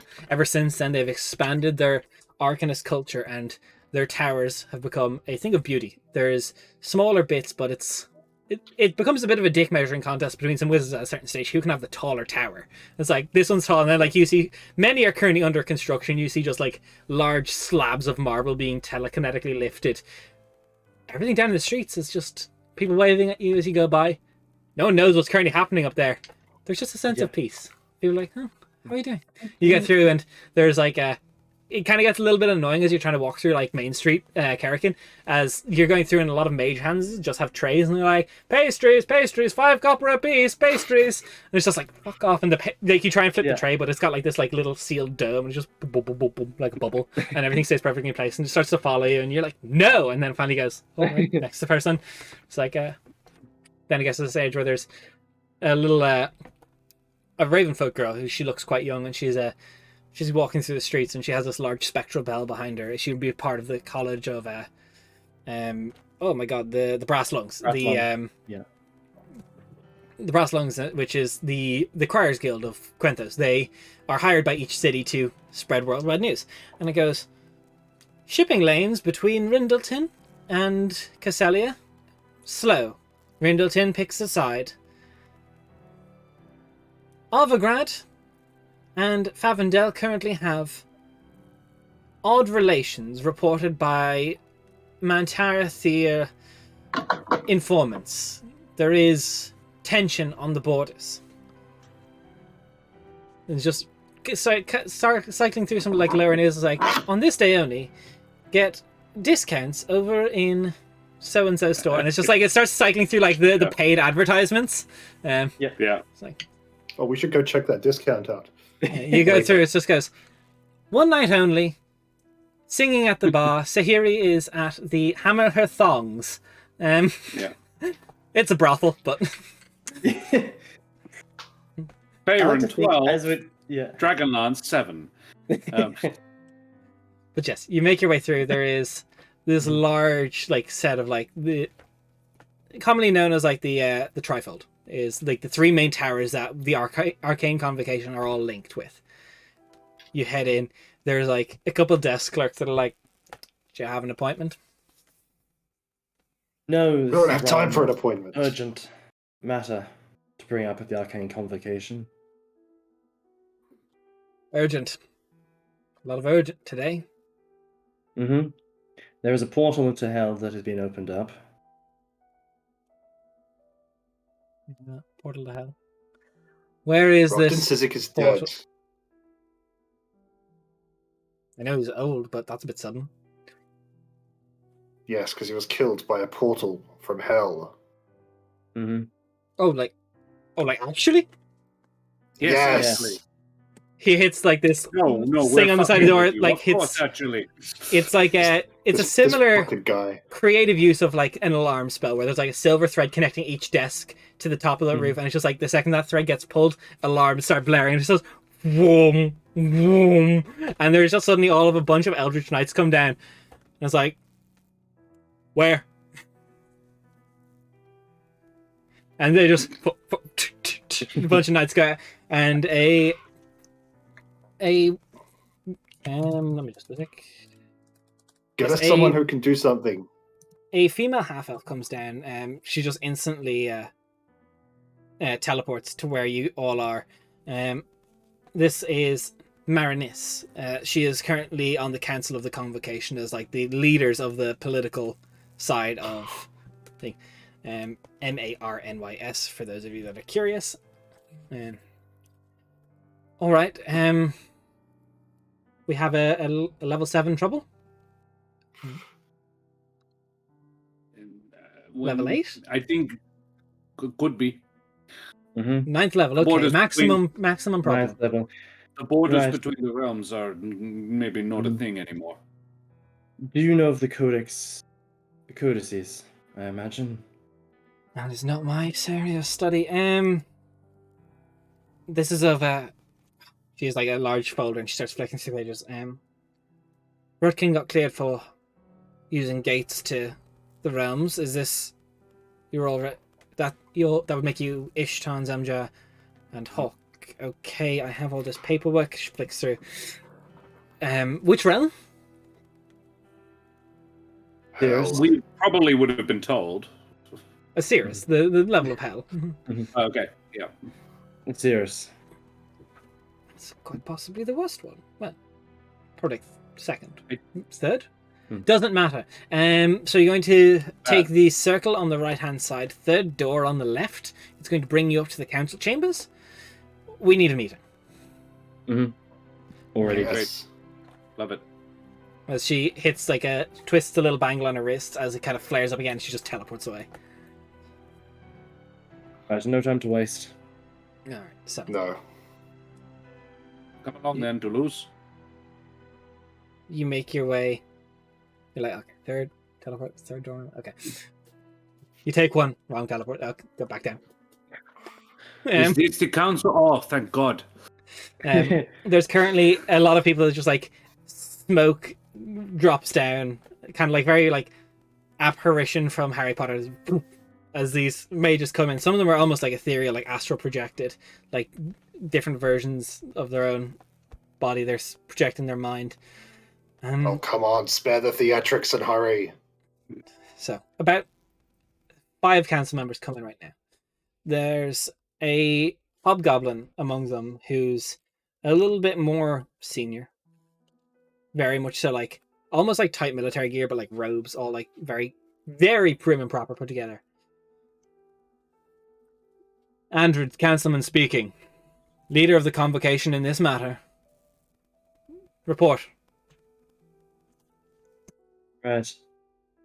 You are aware of Rutkin's experiments and the research he was conducting. I assume he informed you of that. I'm aware. Skip the Right. As we prelude. attempted to summon a being from the Asiris, the summoning went awry, and the portal has not shut. I believe this is due to the Codex Incambulum being in the possession of a being in Asiris. To cut matters short. Got So matters short. Rutkin is dead. Alright. Rutkin is dead. How does he die? Disintegrated by the creature when he came through. Mm-hmm. Devil cut him down. Well, there's no point resurrecting him. He's gone then. Well, that was Josh. Is he disintegrated? He was dusted. Yeah, he was completely dusted. Yeah, And go. Yeah. I'd say if you want to roll me a religion or a arcana check, any of them. Sure. You can come up.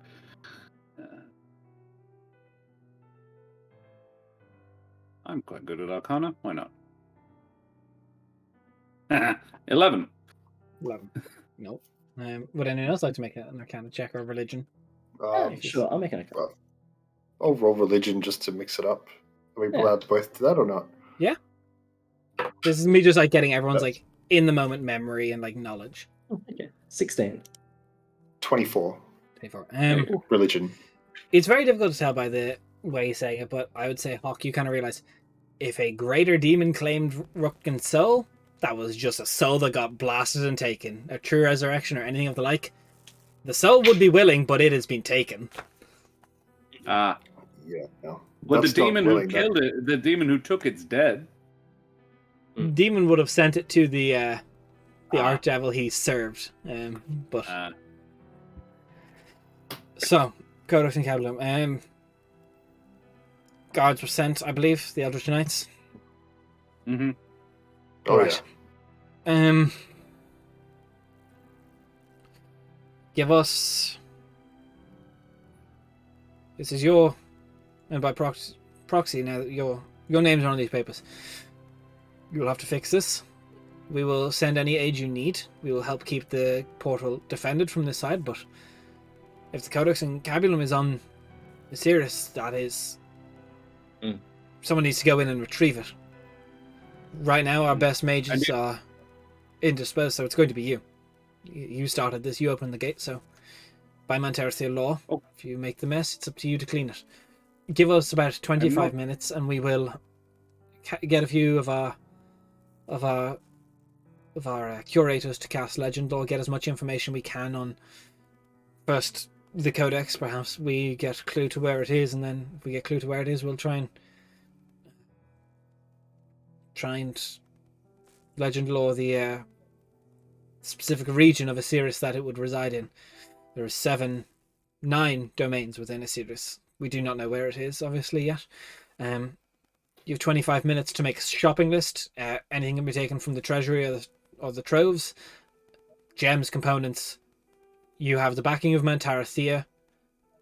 You have 25 minutes, which is my segue of saying we're taking a little break of about 5 minutes for you guys to make a break. So we'll back in about 5 minutes. This is a little bit of the stream where we always do, and I always like to.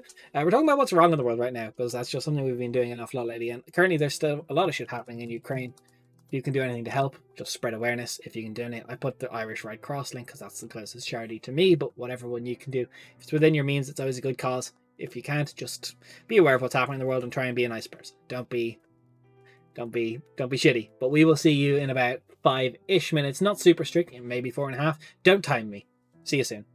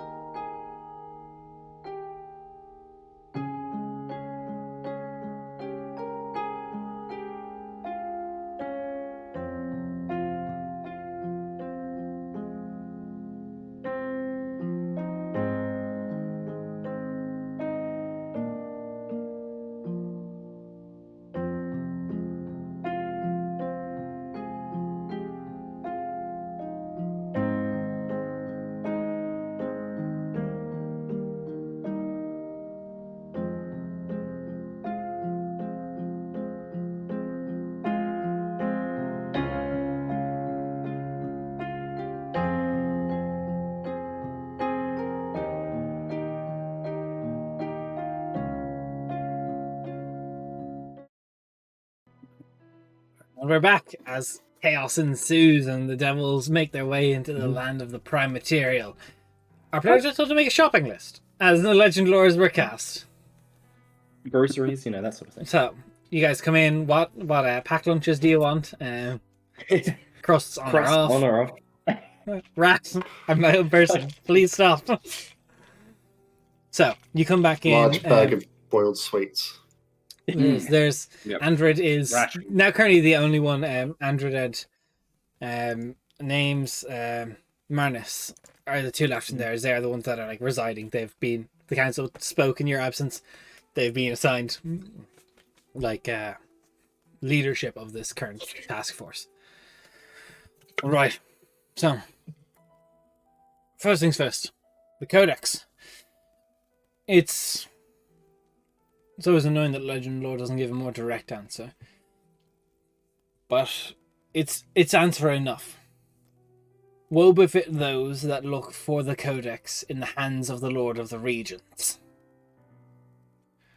Which with our knowledge makes it be in one location. The palace in Asiris.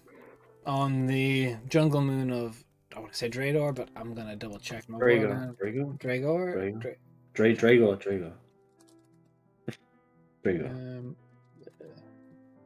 We're just talking about this on Wednesday, Des, on the stream. We world builded all of this because I was going over it, but we'll just pick it up there. How's that spelled, Ref? Dragor, Dregor.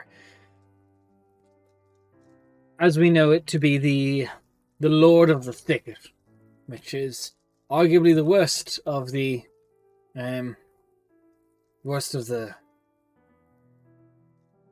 archdevils that could have it, because they're the one who resides over the Council of Regents. They are the one in charge, although we do not know the devil or the devil's name in charge. So, obviously, next step is we Legend Lord the region itself of Dragor. Try and find out more. Try and find out about the palace. No more good news. It says, a plight upon those who step foot on Dragor. The thorns approach. The exalted glade of the black oak will know your presence. Which then leads us into a bit of research, which we know the exalted glade of black oak is home to the Knights of Hell, which are the judge, jury, and executioner for the impartial parties. They're the ones that defend the region. So, all in all, wherever that gate is, perhaps it's already on the moon, we do not know that. You're going to need to break into the Lord of all Asiris's palace, find where he is keeping the Codex, and bring it back or die trying. Right. This What's just your keeps shopping getting list? Better and better. Sorry, I was a bit distracted there. Shopping list, right. We're going to need every scroll of resurrection you have. Yes. Any potions of, or scrolls of lesser restoration or restoration in general. Bag of holding. We'll all be in a bag of holding, do not worry. I can get you 5 scrolls of Revivify. I can get you 3 scrolls of lesser restoration. Mm-hmm. With what we currently have on hand right now. Right. A javelin of lightning, please. I'll make some people very angry that it's just removed from their vaults within the banks, but it can be done. Right. I'll need a magic weapon of some sort. This old mace from the City Watch isn't going to do. Name your preference. That is an easy enough one for us. I'll let you know offline. There's one called the Lightbringer. You got that? Plus No. 1 mace, so be fine. It's I can get you a +1 +2 mace. Ooh. Fancy. Moving up in the world. Didn't even know they had that. Must have been the new model. They don't even go here. It's Mace 2.0. Yeah. Yeah. We go to another city. Wait, Right, is there anything else that we need? I have components. Scrolls. oh, components I'm good. Do you two Potion want some potions. armor? I'm fine. Okay. Well, I've got my old City Watch half plate, but anything else you've got will help. I might have an old set. Well, not myself, but I believe within the vaults there is a mithril half plate. Be a +2. And Sold. Zamja, if you would like, we can get you a +1 shield. I need, unless you happen to also have a third arm. I'm two-handed. I don't do so well with only one arm. We can get you an Maybe enchanted buckler. That would be better. It won't. It's not quite as good. It'll only for mechanics. It's like an enchanted thing that's kind of like arcane. It'll give you +1 to AC, but it's something. I'll take it. Yeah, that'd be lovely.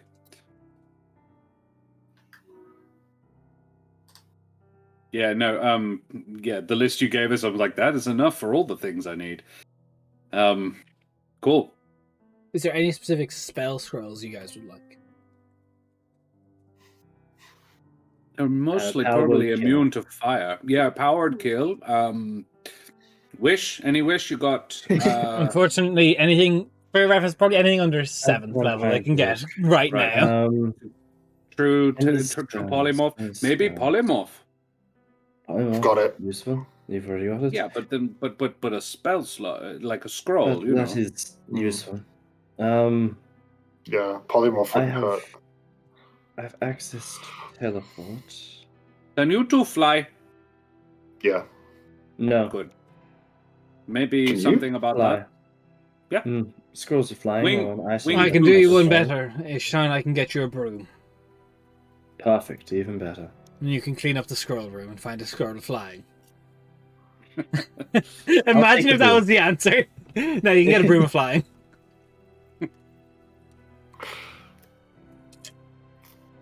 Perfect. I think that's us. Mm-hmm. Well, I have my new stuff. there is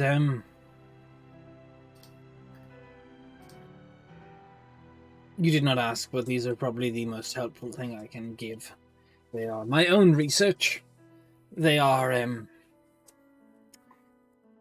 little unreliable. The exact formula is not finished, but he takes out 6 potions and he hands the case to you. They're actually small little vials. They can be rapidly consumed with a bonus action, as any potion really can. They have a 30% chance of not working. So you roll a d100 when you take it. 1 through 30 will not work. Anything above that, it will regain 1d4 plus 1 spell slots. Yeah. But it's like, you can either get like, let's say you rolled a 4. You can get back a 4th level, or 4 first level, or 2 second level, or a 3rd and a 1st. Mm-hmm. So 1d4 like arcane plus recovery. 1.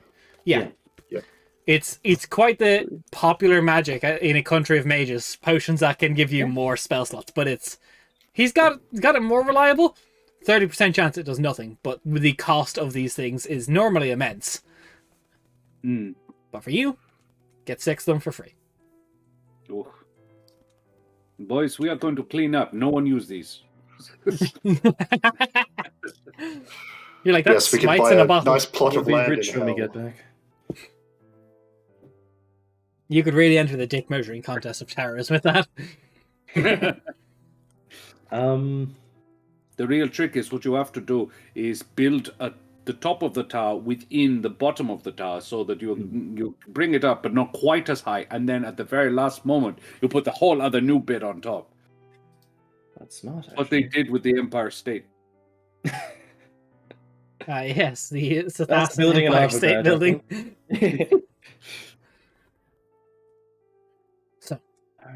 Go now you're going to be telling me there's no Empire State Building in the city either. No halflings, no. No Empire State, no chromatic dragons. It's the Empire Mage Theocracy building. Yeah. The state. Yeah. That's actually the common folks' name for the trifold. It's the Empire State. God. So, as you get given. I hope you guys were writing that down because I certainly wasn't. Yeah, I got it. So, Thank you. who is taking what? And I assume, Sharon, you have attuned to the Staff of the Magi. Yes. Also, we haven't searched through the rest of the chest. Oh yes. So Because we've I got do, the potions and we've got the scrolls, but we don't have the rest of the items in there. Whatever else is in there. And I okay. want to know what that book was that I took as well. The one I Okay, randomly so- selected. First things first. Where is it? So the little other case. There is in there specifically a ring of free action. So for reference, when you're wearing that, it does require attunement. Movement doesn't cost... difficult terrain doesn't cost extra movement. Magic can not reduce your speed, and you cannot be paralyzed or restrained. That's good. It was like a very ceremonial box for this one little thing. The book, however, is... You rolled a 13, didn't you? Yes. Yes. So it is a little arcane book of Ruchtan's. It grants expertise on any arcana check if you're not already proficient, and proficiency if you're not already proficient. Okay. Not bad. 13, unfortunately, isn't the fanciest one. No, but It's pretty good.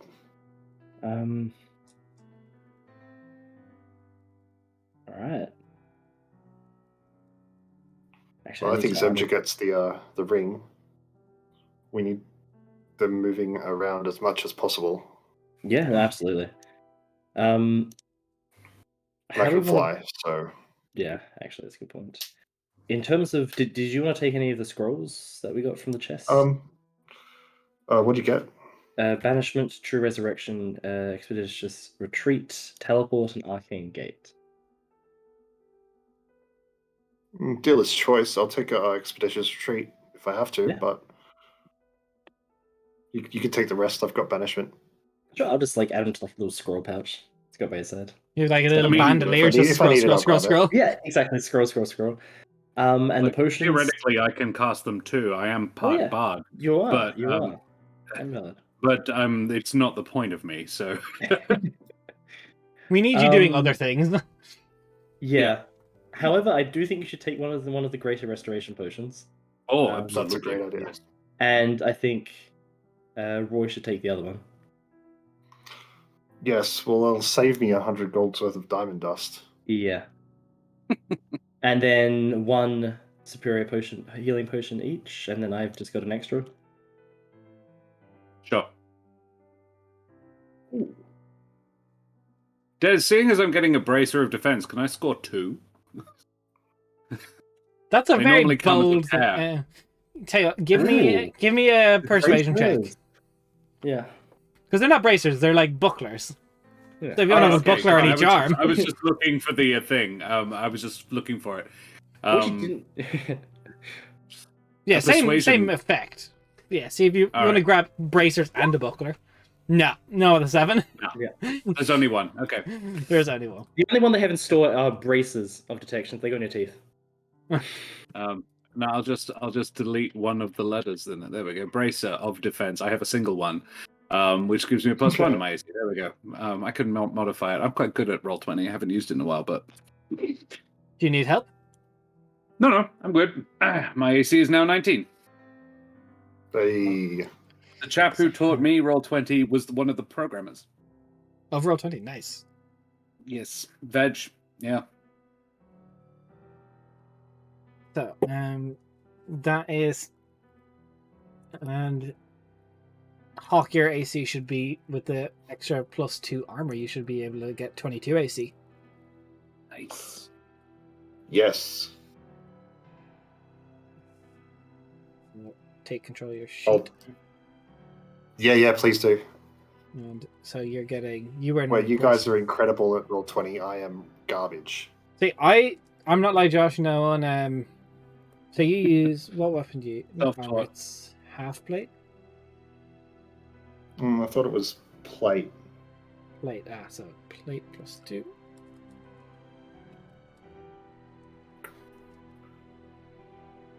$22. I'll take it. Yeah, very nice. Getting that Helvig AC. There. It's actually better than Helvig's now. Yeah, unlike Josh, I just have about 3,000 hours of practice. So Yeah. I don't know what that says about me as a person, but still. It's inspiring. Fucking maddening. Josh coming out with the flex. Yeah. It's odd that I don't actually use a VTT my own self. I started it and I was just like, you know what? No, it's too hard. When you're running the stream yourself, I don't like to. Yeah, look, it's a juggling act. I could be sold on above VTT. That is very, very smooth. I'm liking it. Not aware of it. So you've got your integrates perfectly with D20. No, not with D20. With D&D Beyond. Yeah. Unfortunately, I've grown my hoard of owning 90% of the books on Roll20, so I'm just too invested. Once you're invested. Yeah. I have looked at other options, but I'm in too deep. I'm some 41. Yeah. Valid. Thank you for the giggles. I'll take the pity. No, we're Nate and I are from that age. I don't know how old Raph is, but yeah, that was our childhood. Yeah. Well, that was Nate's team. I think Raph is the youngest here. I would be the youngest here. Yeah. Well, I'm 27, so Raph, you're like 25, 26, or 25. I'm a decade older than Raph, and Nate's a little older than that. Hey. So, maybe in comparison. Raph's just a bit confirmed. So, you make your way back to the tower. There's a little bit more panic. People have been ushered inside their homes. There's the same Ravenfolk girl. She's just like, return to your homes. Fuck! Chaos in the streets. Return to your homes for your own safety. And she's just going through the voice echo. So, can we stop next to her and say, a little bit more gusto, love. People might die. Return to your homes. That's more like it. Well done. Yeah, she's new to this. I considered giving her bardic inspiration, but I don't. First day on the job, and you get set with this. Come on. Ooh. Back to Rutkin's Tower. You make your way up. Most, if not all, the wards. Most of your wards have been displaced at this stage. You make your way to the top. Things have only gotten worse. There is like 3 Eldritch Knights there. One's just smoking. Like there's 8 bodies on the ground. They're just like. You guys good? Yeah. Yeah, we're fine. Just taking a second. A breather? That's fair. Just puts the cigarette out in his own forehead. On the plate armor or on his actual skin? No, he's wearing like full helm. It's not like just in his eyeball. Yeah. On his tongue. We're going back in there. What can you tell us? Mm-hmm. It's getting bigger. Yeah. We sent a few guys into the other side. They didn't last too long. One of them managed to make their way back out. The devils are setting up a camp of sorts on the other side quickly. A military camp, blockades, palisades, and formations to stop any advancement on our side in. So as soon as you go through that gate, be expected to be met with combat. And they're sending through wave after wave of lessers, devils, which were on their own are no big issue, but wave after wave is getting. If you look around. So the 8 bodies are other Eldritch Knights? Yeah. Okay, so it's not demon bodies or devil No, there's bodies. a fair few demon bodies, but the problem is, unless you're doing something that's going to disintegrate or stop them, when they die, they're banished from that realm. They're brought back to their own, so they're take a while to recuperate there, but it's replenishing army versus non-replenishing army. Cool. Might it be a better idea to not fight when we get there? If we could maybe sneak? Oh, you're not sneaking through that gate. You're not. Yeah. I can teleport us past them if we need to. Like that plan. Good plan. Like it. Simple plan. Great plan. Mm-hmm. Yes, well, our job here, and I'm interested in your takes of it, but our job here is not to fight this war. Our job is it's to stop the war. Yes. So Sure. How do we get back? I've got that covered. I have Okay. access to plane shift as well, thanks to this staff. Yeah, So- you can also just crack that staff over your knee and see where you go. I've also thought about that if I just crack this staff, it could do a potential like 800 damage or something. Yeah. You Notice included. that. Great way to Remind end me the to final not fight. be near you when you do that. Just one shot the Lord of Hell. And Bold of you to yourself. assume he has less than 800 health. I know. It was bad. I mean, I'll have had to go first. 830. That's when you get through the first HP bar and you reveal his mythic state. Yeah. Oh, Thank good. you. Right. Do you know We're gonna exactly need more where it spell leads slots. to? The other Yeah, side. you've got two options. You can go left or right. There's it's a border. It appears the two regions, domains of hell you're looking at. I'd go left. You've got the swamps of Gisgara, or you've got the pandemonium that is Unovix. That doesn't sound good. Swamps. Always like swamps. Swamps nice. Like swamps. I think in this case, I think swamps might be better. I'm not a swamp person, but Pandemonium. I'm in for a swamp. I'm mildly curious about what a pandemonium is, but I don't think I want to know. That wind that's coming can out and holiday ripping there your afterwards. skin off your bones, that's the pandemonium winds. Great. Was that what Not was exactly happening cruise before? destination. Is that Yeah. still happening? That's still happening. All of you are like full Yeah. wrapped up, and like the cloth and armor is like rusting and like decaying. Basically, every hour you spend in this thing, it's like it's a con save like DC 21 or get a level of exhaustion. Cool. Oh, good. That's great. Swamp. swamps it is. Swamp Swamps sounds it great. is. Yeah. Swamp. Yeah. Swamp. Swamp sounds Alright. good. You guys don't want to fight the waves when you get in there? Ideally, no. Yeah. We wait for you. Respectfully, that is your job. All right. That Boys, is, you've had your rest. He pulls out this large, like, it's a long scroll. As you see, like, there's, like, anyone who is, like, let's say a +4 or higher to their Arcana check, all these bodies have been gentle reposed. He reads out, like, almost like a call sheet of Revivify, and people just start raising one by one. And all these Eldritch Knights, and they're like, oh no, this is the 6th time today. And he's like, yeah, I know. Oh, And the Get good. total 12 of them like, we'll go in with you. We'll take on the brunt force. You teleport past. We'll get you Love 12 seconds, then we're coming back through the gate. You guys are really good. Love you guys. Love all your Yeah. work. Your sacrifices are. we're all doing the city a great favor. Yeah, you see how Yeah, some of them think revivify, of all like their the people bones that start can't pulling fight. back in. It's like, just one dude's arm just like the tendons start grabbing on, Oh. pulls itself back on. Oh. So the skin just kind of like someone's hitting the rewind button as all the skin that was like melted off his face just comes back up, and he's like, I have been through this 8 times today. You can. Oh, That is horrific to think about. yeah. We should that's have asked good. for one of those scrolls. It's just Don't we have a it's couple? it's gentle repose and revivify. So we've got that. Oh, well then we're fine. Yeah. So we like to it's gonna call our be fun. 15-minute break. So let's go.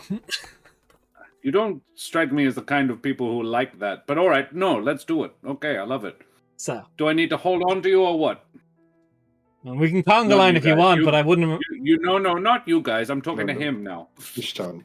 Ishtar. No, I don't think we need to hold on. We can if you want, but tie Ooh, ropes. legs. And she I've sort of got it. picks the Hands two of you up by the scruff of your neck. You guys are choosing to skip past this combat because you're going to make a bunch of Eldritch Knights instead. But I'm still going to show you the map I've made for it because it was fun. Oh, sorry. Oh, no. So I feel like a terrible person. We can do it if you want. no, not at Yeah. all. But I have these defenses set up of help. So let's go. It looks wonderful, Des. I love it. Oh, I'm Don't. so sad we don't get to fight here. Look at this. Let's all take a moment to appreciate. I'll this also map. put on the music that I had set for this. It's called The Devil's that's- Hymn. It's very cool. So, you go Not a through, lot of and Miles you see... Oh, no, there's more. They come out of the cave in waves. Okay. So, straight away, these 11 Eldritch Knights, they just charge out and instantly are met with like volleys of fire bolts. Just boom, boom, boom, boom. There's like bearded devils set up on the palisades just with like spears ready to go through, push everything through. There's these chain devils that start animating all the metal spikes around. It just becomes this slaw of a battlefield with chains and everything flying. And you just hear, "For Mantara Thea!" And it's like, retreat! You get your 12 seconds, and then they start pulling the bodies back. Anyway, that's what I had prepared, but you guys chose to skip it. Fuck you. Turn off the music. And back to roleplay screen. You go left. What's your plan? Use the teleport spell thanks to the scroll, and just effort. So you straight off, like, couple 1,000 feet. You're deep in the swamp. What's your plan from here on out? How many more times could you do that? Because it could be so much quicker. That could be. Well, that's the scroll used up, but I can cast it myself as well. Well, maybe we fly. I don't mind getting my feet muddy, but you two, I don't know. That could bring attention to ourselves, but the main question is how we get up there to that moon. There's 3 moons. One's just this like a blood moon that's just like you can almost see the oceans of blood just swirling on it. One looks to be this almost like industrialized moon that's just like set with like different things moving on it, and then there's one that's just a complete jungle. That's the one. The jungle. I can take the jungle. I'm glad it's not the blood moon. I mean, not the blood moon. Not the technically, blood moon. Good. I could use teleport to get us there. How close are they? We do not. It's just a point that I can see. Oh, okay. There it is. We go there. So technically, however, that could set us horribly off course into the middle of a jungle that wishes to kill us and die before we reach anywhere. So what we should have asked the mages for was a telescope. Super powerful telescope. That would do. Well, do you have another idea of how to get there? Well, how does everyone else get there? Yeah, I was gonna say, would I know? Roll me. It's not my area of study. Yeah. There's a ladder. Just a big ladder. There it is. All right. So, religion check.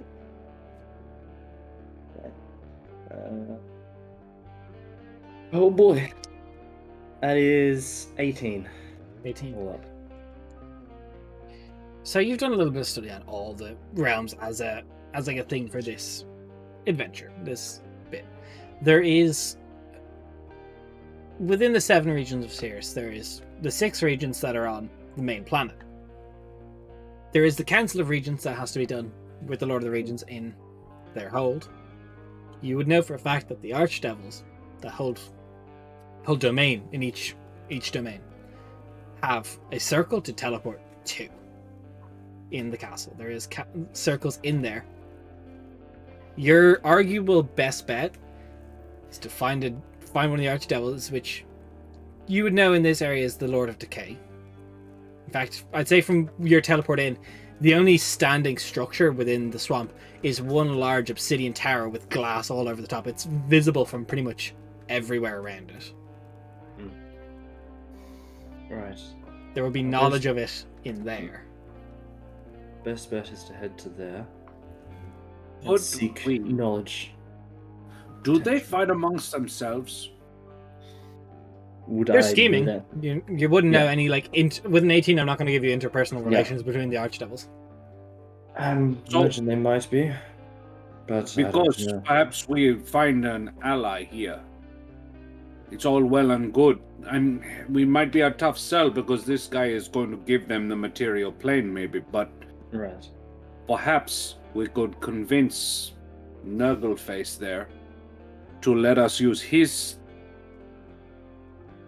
teleportation circle, because we'll be messing with the plans of one of his rivals. It's worth a shot. We should at least scope out that tower there. That I'm obsidian. definitely up for not being captured in the first place, but if we do, it's an option. If we do, it's a good option. Better than screaming and trying to fight. Well, with the destruction of our world on the cards, not against making a deal with the devil. Really? I probably still am, but a deal is not what I was proposing. Stakes are delicious, but that's fine. We will not go through with it, but I'm willing to gamble with the devil. Gamble, yes, that I'm up for. Yeah. I love running. Okay. Right. Do either of you have any ideas about this whole situation? It's been happening really fast, I'm going to say. Yes. A moment to stop and think would be delicious.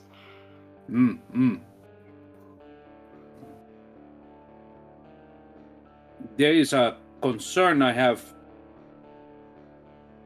It's this whole thing. There is more specific ones as well, though. Right.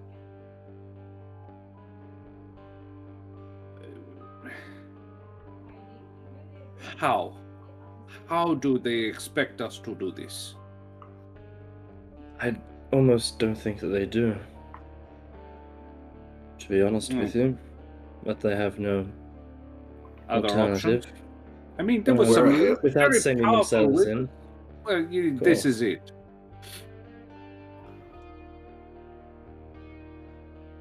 We can take a lot of being upset with it afterwards.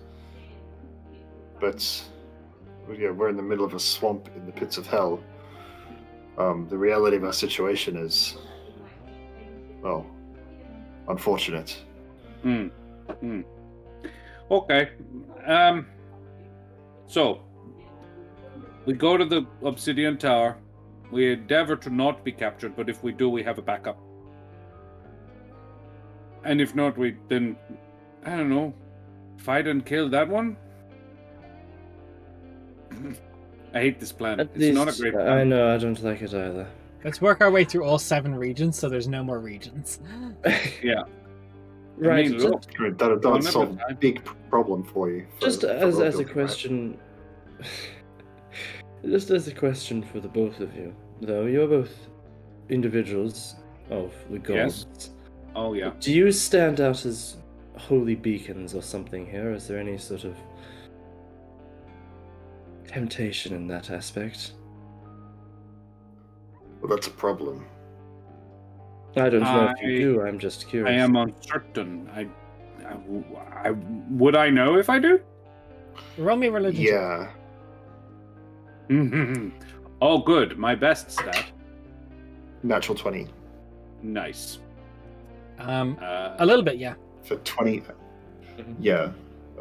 Hawk being what he is. Especially you. Probably that is not. a soul that has a price behind it. That is a valuable soul to take, because that's an actual slap. And as a divine soul sorcerer, that's a slap in the face to the divinity that is within. Like, yeah. Right. The only way you could do better is if you were a part paladin, part divine soul sorcerer, part celestial warlock Aasimar. I'm some of that. So between the two of you, it's perfect. Let's I got say an 11.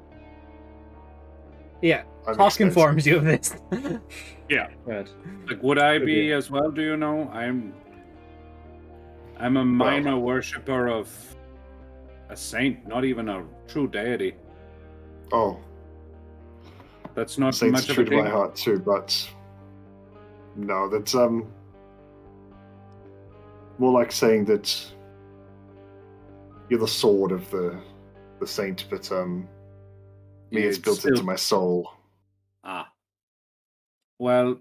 And we're in a spot where souls are valuable. Then she is going to. Zem would take out a dagger or something and carve above her heart the like basically a target. Yeah. And say, if it's in your soul, my friend, then it is in mine as well. So they can come and take their best shot. I'm sure they will. Oh, yes. So the answer then is probably yes. Probably. If Very not good. before, then after what I just said. Are you guys walking, like, trudging through the swamp? I'm hovering over the swamp. Yeah, I'd be flying a little too. Actually, no, I wouldn't. Yeah, just Okay. on my broom, just like above it slightly. Yeah. So, Zamja's the only one walking through it. This is not... The Lord of this area is not called the Lord of Decay for nothing. Can you roll me a Constitution saving throw? Great. I might be in a minute. 17. So, it doesn't... The way I could describe it is this swamp breaks down an awful lot of stuff. And it only starts lightly. You'll take a simple... Oh, that's actually not bad. 11 necrotic damage as it starts burning through your boots. It starts, like, trying to make you a part of it. You realize you probably should not be walking through here. Okay. I activate my boots and fly. And now I'm just walking in the air. Yeah, I'm like, oh, okay. And are you guys trying to be stealthy about we've this? got issue. I guess as stealthy as 3 people flying can be. Well, I mean, I can cast Pass Without Trace. Oh, that would help. that would be very useful.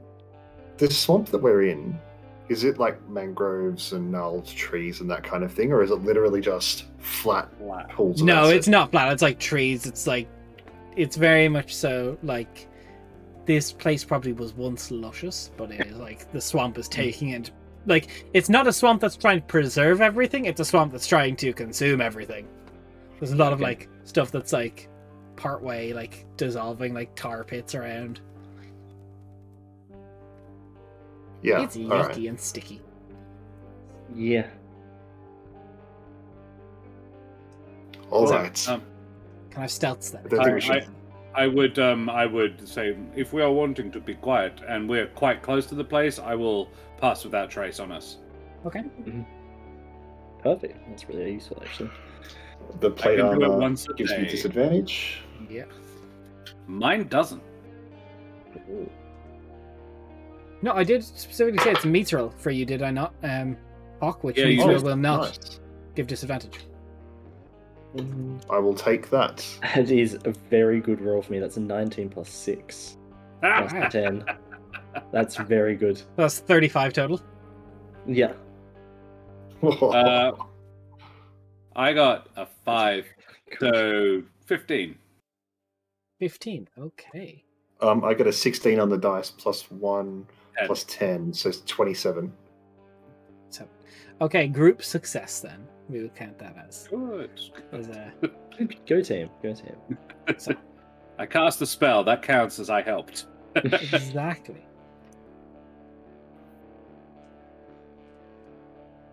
Pass Without Trace. Good, because best I can spell. only do that once per day. Yeah, look, that pass without trace made the difference. I'm not gonna lie, you guys. There's oftentimes you see this is currently that a lot of lesser devils are being called to the front line to the gate that was opened. This was a unexpected event, so that's not like the hells were They not weren't ready. preparing for this. Like, but now that opportunity is here, why not? They're getting So, on that ship. There is Yeah. like you're not sure if it is the regent themselves wishes this, but there is forces from each of the domains that is the regent is sending. A lot of lesser devils, imps and the such that are looking to get promoted to higher up in the hierarchy or sending themselves to go harvest. They're basically EXP farming those Eldritch Knights who keep reviving themselves till they run out. However, you come to the base of this large obsidian tower. The glass itself looks over 360 degrees.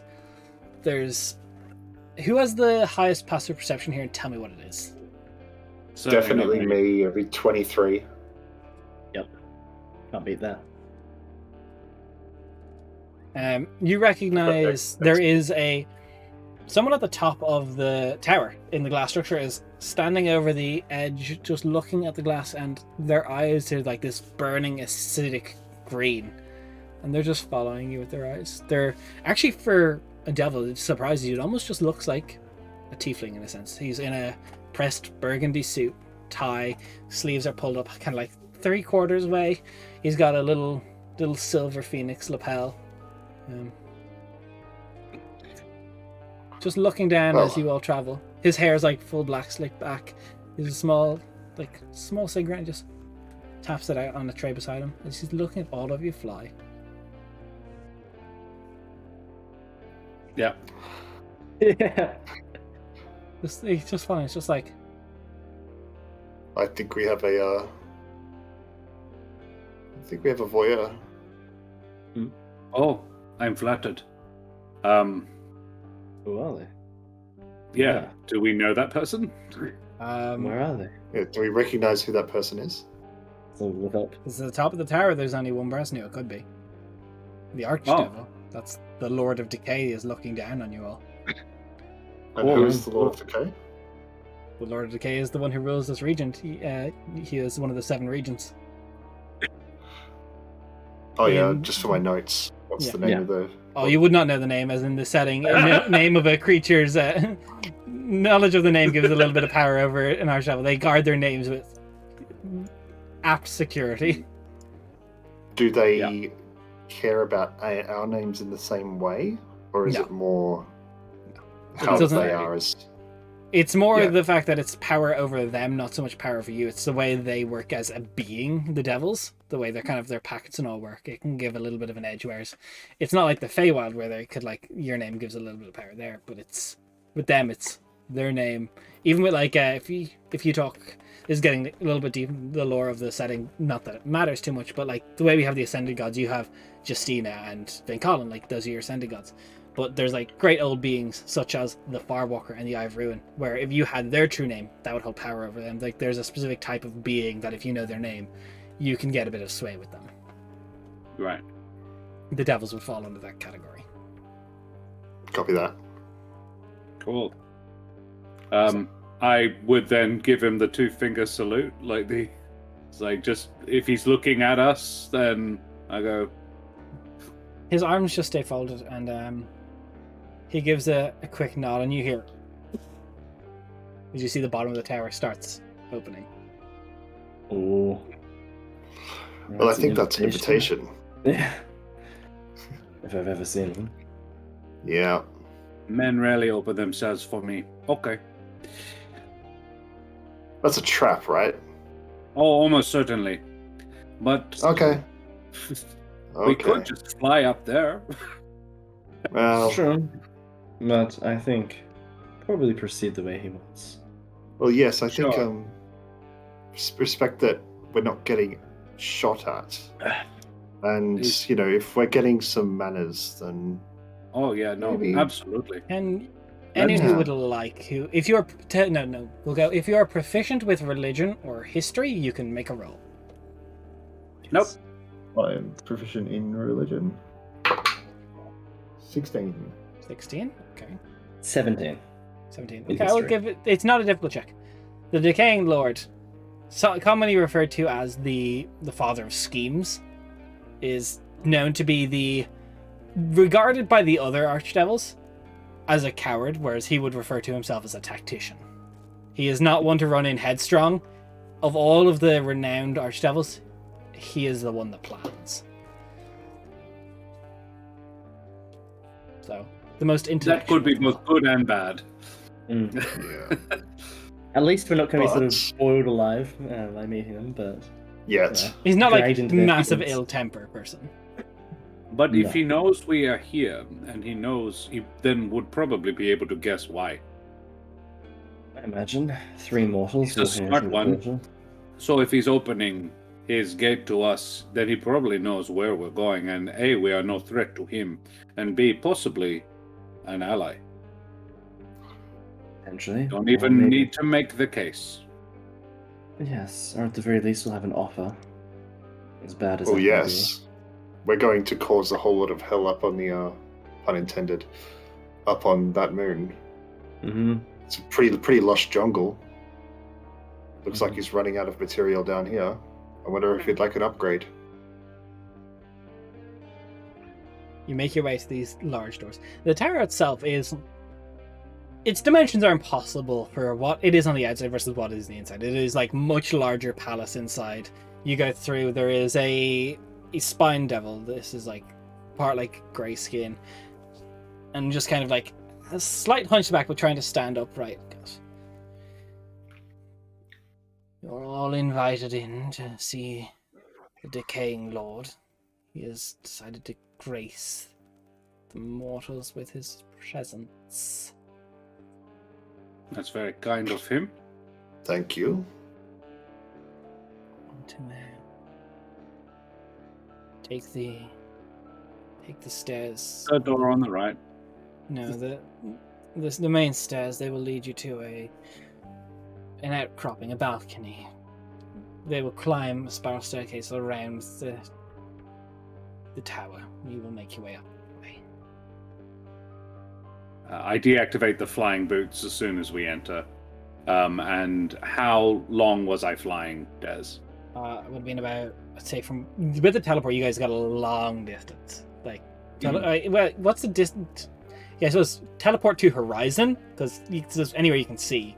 Basically. Yeah, that's I'd say 30 minutes of flying. Okay. So, I'm limited to 4 hours a day, that's why. yeah. Yeah. 30 minutes to an hour, in around that. So, Okay. you make your way up and you start climbing the outside. And this thing, eventually, after about halfway up the tower, it looks over the entire of the swamp. You can see, like, almost perfect line of sight of everything. You see these small little, like, pockmarked settlements, like, hidden within the swamp. You can see small lights that, from ground level, would be imperceivable. But this vantage point, as is the Regent once, surveys his entire domain.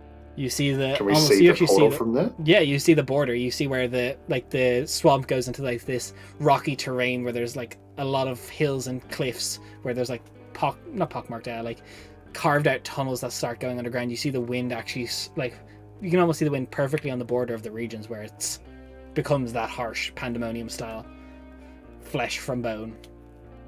You see the portal. You see like flashes of fires and stuff, but it's just such small detail at that stage. It's like, if not for the fact that you knew where to look for it, it would be like just a speck. Yep. Ishtan Swamp was a good choice. Mm-hmm. That's That what makes we're completely stone. Eventually you get to the top. Opens the way in. The doors themselves open. There's just, again, the Archdevil turns as the door opens. Wouldn't be the type of person to ever put his back to a visitor. It's already turned before you get there. There's nothing right now in the room. It's blank. Well, I can't say I'm surprised to see visitors. Situation. Well, I wouldn't want to be a bad guest. Gives a clap and furniture just appears. These chairs. So please, sit. Thank you for Thank your you. hospitality. You're most certainly welcome. Thank you. This is chaotic day for us all. I imagine for you as well. Sit down. Very much. He walks over and gives a wave of a hand, and a chair like rises up, like almost like a throne itself, very like large, but it's like half throne, half office chair. And he sits down and takes off his coat before he does, puts it over the back of his chairs, and like, you know, nice pressed shirt, vest, sleeves pulled up. So I have imperfect knowledge of what isn't transpiring, other than a call for soldiers. I'm gathering information quickly, so if you wish to withhold from me, a tad frustrating would be, but it will not stop me. I'm aware that a gate was opened via 9th level spell. oppressive for your people, and has been dealt with the person who opened it. And one of my pit fiends was caught in the crossfire. Disintegrated. Sorry didn't about it, that. too? Yourself that did it. Yeah. I can't blame you. Okay, He would have done the same. I would have. Anyone that intrudes on my home, I would have. I don't like myself finding not knowing who I am to sit down with. I do not know how much you know of me. I am the Lord of Decay, Father of Schemes, Regent of Jaskara. You all are? Ishtam. Jim Jarlamat. Roy Hawkins. Hawk. Pleasure. And you're all here because of, I see gestures to the glass that kind of on the side of the gate. I assume by that.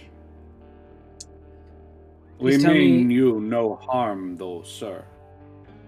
I Not didn't that we could sense cause any. harm. You don't need to try and fly. Wasn't planning. Stating the facts. Tell me, it's bold of you to just arrive in hell.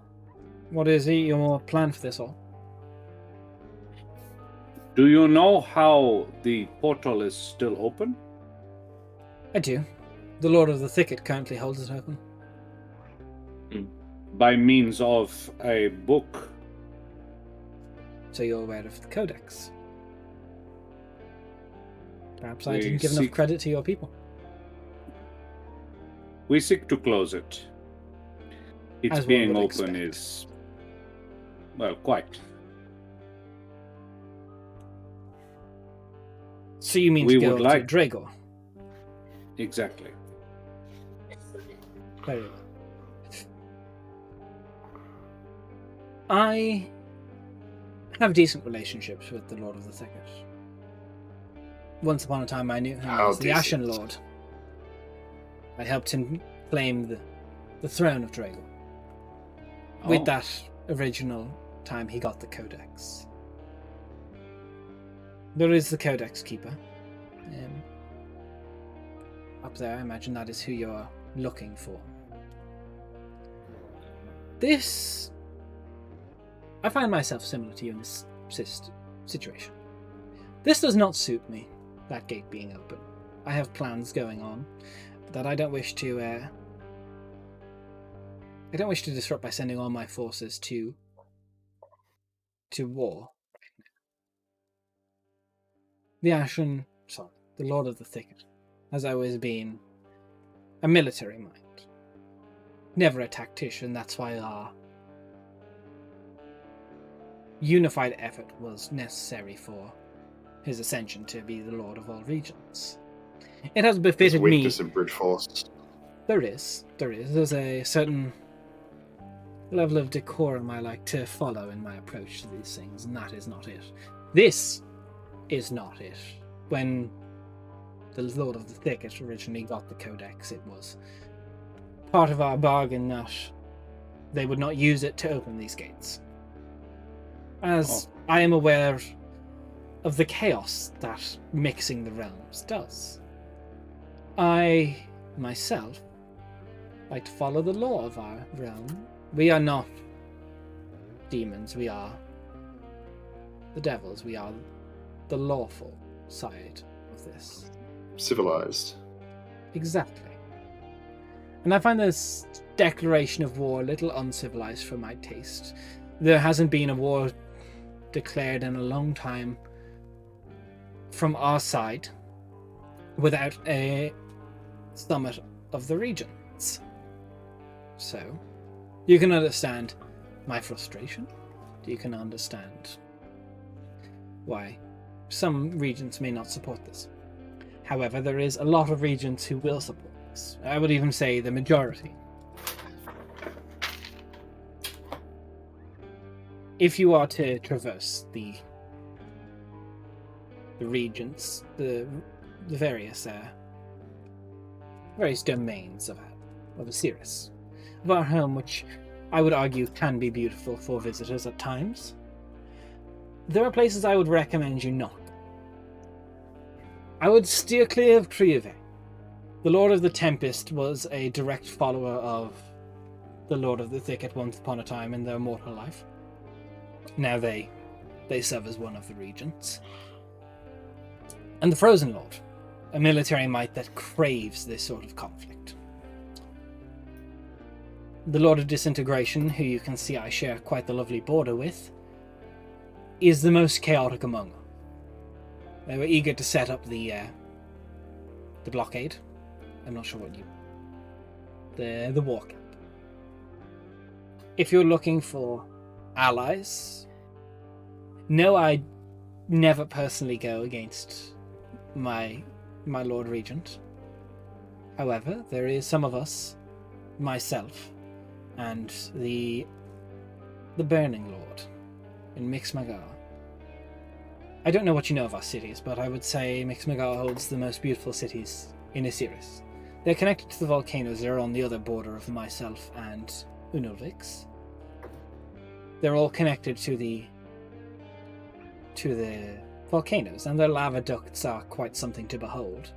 You could find great tools in use there if you're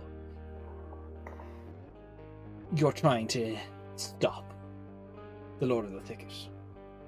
As for the new Ashen Lord, they were directly appointed by the former Ashen Lord, now Lord of the Thicket, so probably not an ally. There would be loyalty there. So, of the 6 regents that report to the Lord of the Thicket, I could see 2 willing to turn a blind eye to your passing through the region. You all look, far be it for me to say, a little bit shit right now. Your pit fiend was not an easy foe.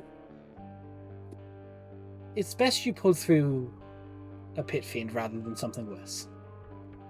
Oh, I don't disagree. I offer this brief moment for you all to take respite in my home. Guests of mine, I hope you know the weight behind this. Give you a devil's promise that no harm will come to you when you sleep here tonight. Zemja would bow. Just a sort of a seated half bow, sort of a, I do know that. Wow. You'll have to excuse us if, please don't take it as rudeness, but we will put our own protections up. I would expect nothing less, to be perfectly honest. Very well. Know that it's nothing personal. I understand that, and I hope you know that when we assign quarters, you will be locked within until your rest is complete. So, no. Fair. Naturally. I do not wish to offer you help without retribution, perhaps is the correct term. There is Recompense? Recompense, that's it. Sorry, it's a stressful morning. Of course. I know the feeling. I'm sure you do. There is something mutually beneficial that we could assist each other in. The Lord of the Thicket, when tempered, is a great regent. It's not an easy job, and not one I would wish upon my worst enemy, to try and bring all regents together. So I'm not asking you to dethrone the king of all, Asiris. However, there is certain things within the hold that could be beneficial to me. I know your kind doesn't take kindly or easily to striking deals with devils, but should you wish to come to an accord, see me after your rest. And if you wish to go and speak to the Burning Lord to assess your options, I respect that decision also. I can transport you there in quick time if need be. myself and the Burning Lord are on good terms and have access to each other's holds. Be at lower level, I will send word ahead. Do not make your decisions lightly. I would advise you and put more weight of respect on your kind if you at least explore your options. But if you are in a rush, I'm sure we can come to a deal.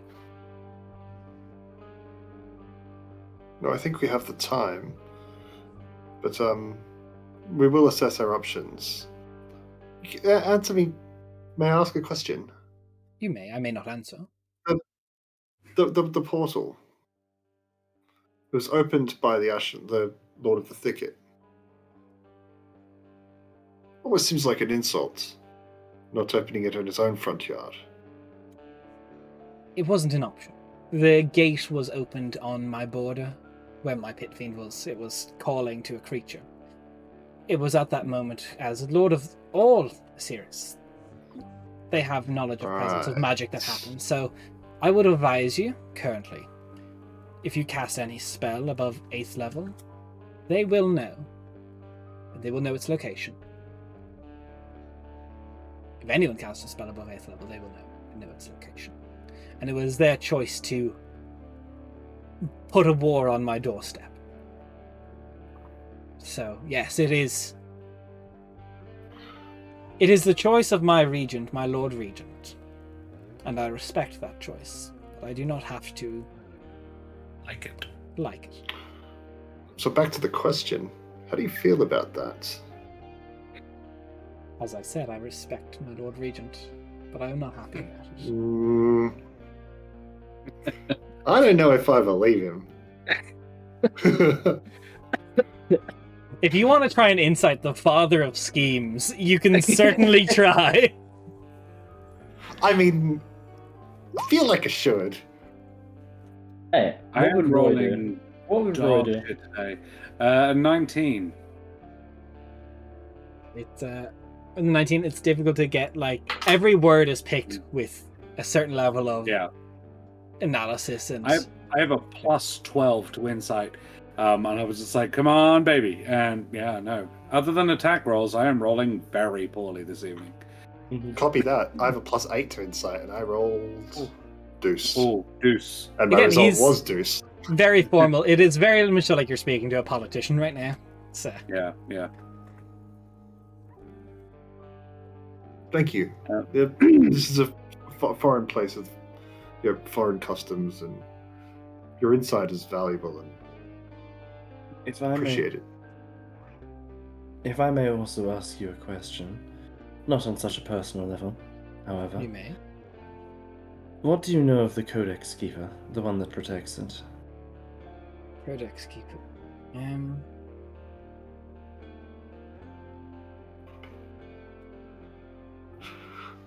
I mean this in the nicest way. To give that information up is, in a sense, directly or indirectly going against the Lord of the Thicket. Unless we have struck an accord to find something mutually beneficial, I will not part with information that is a bargaining chip. That's fair. Naturally. Fair response.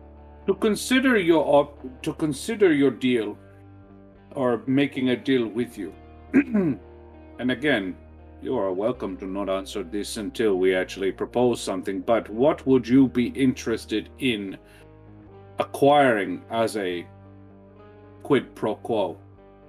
And what in return? That's what I meant. Well, Well, as I said, if you wish to strike these deals, I would much rather us both speak of it in the morning so we can assess what we are willing to offer and what we are willing to withhold and willing to ask for. I don't think anyone should rush into any deal on impulse. Unless emergency strikes. So, sleep on it. I will have time for conversing with you in the morning. I will not be going to front lines myself, although I would say you would have less than a week of your mortal time to approach me, as I can only imagine, as I was the military mind, tactician for the Lord of the Thicket upon his ascension to Lord of all regions, I may be asked for my consultation. So I can delay that for a little bit. I can delay it enough until you've gone to the Burning Lord, to perhaps after you hear my deal in the morning, you can hear theirs. But I would not take too long. Okay. You have been very gracious. I appreciate. We will consider your offer. Pleasure. May this perhaps be the start of a mutually beneficial arrangement between us. Sleep well, mortals. Thank May you. Asiris take you well. Great. We do that. So you leave, you head back down. Sincerely various, down and even sleep well, devils but yes. and brought Did to- that devil just tell us to go to hell? May Asiris take you well. But yeah, that's a comment. Like, may Asiris take It's a you well. common Like thing. like this is his home planet. Like this is like may Asiris treat you well. Like this. This is the note. This is Simple don't way. let the bed bugs bite. Yeah. Go to hell. Yeah, obviously the It's one customs are going to be little- different. It's what the little devils get said to them by their mothers when they get put to bed. The little bone the little bone devils, and like, what? But mother, I don't want to. There might be mortals under my bed. Or Fae. Ugh. Ugh. So, Cool. the room Yeah. you're brought to is quite nice. It's almost like you get brought to this like blank slate of a wall, and a seam stitches itself into it, and a door opens. Like a room almost made purposefully. It looks almost identical to what the construction inside of Mantarathir would look like in an inn. It's almost as if the tower itself is reading what you would perceive as an apt sleeping arrangement. Right. So a common room with 3 bedrooms. Yes. Oh, homie, I like it. And I look at the It's empty not bad. fireplace, and I look at it, and then it lights. Exactly. I'm like, better, yeah. Been no shortage of that in the morning. So, what do we think? You said before, Hawk, you were interested in making a deal with the devil. Well, I'm obviously assuming we are being listened to here. oh yes. Say that loud and right up front. Say it at the door. Yeah. Just No. looking at My Ishtan. cupcake. Should we? 1 second. Just tap the staff of Magi. Use a charge to cast detect. Well, actually, no, doesn't take a charge. Just cast detect magic. That's it. Tech magic? Oh, Yeah, this all entire around room is us, right? magical. All around you. This room is magical. It's like a demiplane Yeah. almost that exists within the tower. Safe to say there's probably something like that. You reckon they can hear us inside your own demiplane? How does that work, Des? Well, no, it's not actually a demiplane. It's more just like a magical expanse. But you Yeah, could go into your own yeah. demiplane, and that Room of might a actually planet. work. Okay, yep, that would give us secrecy. Okay. That would give you. I would say, yeah, if you go into your own demiplane, that will give you secrecy. Alright, I will cast my 8th level spell, Demiplane. You cast an 8th level spell, understandable. Yeah, Hang on, I thought you said, wasn't it above 8th level?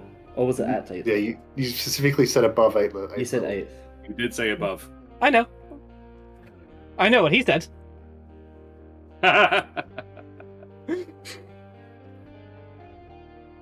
Does he know who cast it, or just that a spell is cast? It was not said. We don't do that. I'm aware of what the Decaying Lord said. I'm also aware of what I can say to mess with you all or not. I know. You do it anyway. You've done it. I just realized after you said that, like, shit. Fuck, okay. The devil may have lied to us. What? Unheard of. Well, I said But I said I was gonna do it. There's power in that as well, where we're casting a demiplane inside of his house. If Yeah. it's detected by the Ashen Lord, Yeah. like they know that we know that we know that they know that they know that we know. I don't know that. But it's like 5D chess going on right now. Yeah. And we're just the pawns. Speak Look, for I'm yourself. just, I just made bored. an offhanded comment. I don't know why you're panicking. There's, you know Because what we're your in offhanded hell. comments do to me. Because okay? you're You know what they do to smiling. me. I'm always smiling. I'm just having fun. Des knows how to torment me. Well, I said that I cast it, so I will cast it. You do. I don't think you're wrong to do so. Nate makes a good point. Thank you. Alright. Oh, A little a nice, just simple door will open up through here. What does your what's more demi into thing the look breach? It is a very, very much what you would expect a stereotypical arcane scholar's room to look like. Very sort of bookshelves and desks and various scrolls and journals and bits and pieces set about all over the place. Very, very stereotypical scholar, academic sort of bedroom in that sense. I love that you wizards, you can always, you make these beautiful places, you create these incredible things, and then you leave them so messy. Always. Always It's taking like their ev- work home with them. I mean, there's not much else, really. No, you need to find something else to live for. Maybe in the future, once my work is done. We need to get you a girl, mate. That Zemja propositioning? No. Just I Not can yet. Not give you the that's not room. that's not not the Really? way Zen just swings. Unlucky each time. Maybe The next younger time. generations are so forward. Right. I think maybe down another time. Maybe not in hell. Maybe not. Maybe So, not. what are our thoughts? Excuse the mess. I Mage pick hands. up a Push a bunch couple of stuff. Yeah. Just straight up push the books over, sit down. I carefully Mage hand pick just them like up reaches and out and lift. grabs it. Yeah. Yeah. And sit on the end of the bed. Right. So how are we feeling about everything? I've had worse days. Yes, Let well, me say that. Better as well, reality though. will- I was actually iffy about taking the blood from a celestial, but this was worse. This was much worse. much worse. There's no way that we could have predicted that they would have an item like the Codex in their possession. We didn't even know the existence of it ourselves, only... No, you I'm did. not. I'm You not said- saying it's in any way our fault or that we No. could have predicted it. Though it would seem they've had the Codex for a while. If Mm. the Wonder how K-boy they- is to be believed at all. Makes me wonder if there's been other instances that have occurred like this, or they've had it for a while. You'd hope we would have heard of that. Well, they've been waiting for an opportunity to use it. Assets are only as good as their usefulness. Well, it's I mean, not like present- they were prepared. Present company included.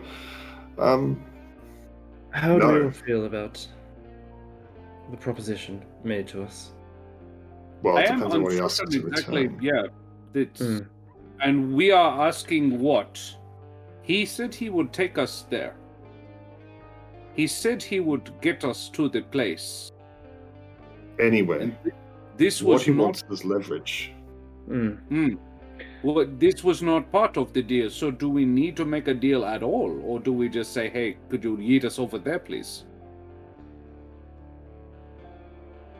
And Des, I am remembering that correctly. He says he can get you to the Burning Lord to talk to them for a deal, Ah, right. but not up there. He's not going to send you to the palace, Oh. or he's not going to send you to the Jungle Moon for free. He said, Right. "I can get you to talk deals with my ally to see if you want to talk shop with a few different people, see who offers you a more amicable deal, explore your options."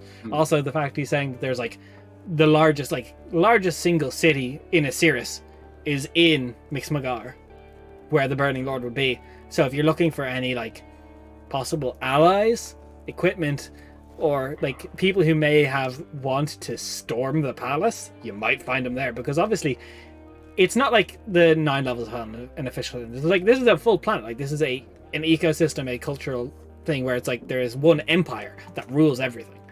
There's also many archdevils that would love to be a regent, and many archdevils that want to work against. Like it's not like there's 7 archdevils at all times and that's it. There's just 7 regents. Okay. Well, then I think we hear this and then possibly go to talk to the Burning Lord. Agreed. I think we hear what the Decaying Lord has to say. Yes. Take his offer to listen to what the Burning Lord has to say.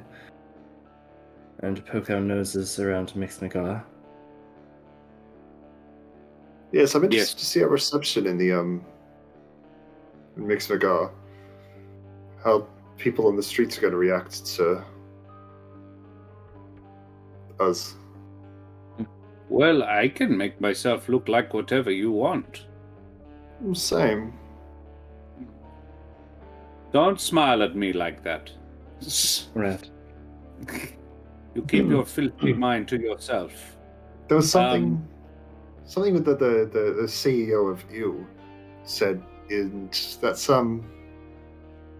We're talking. I've been trying to think of a really funny name for him, and that's the best I can do. Good. I like it.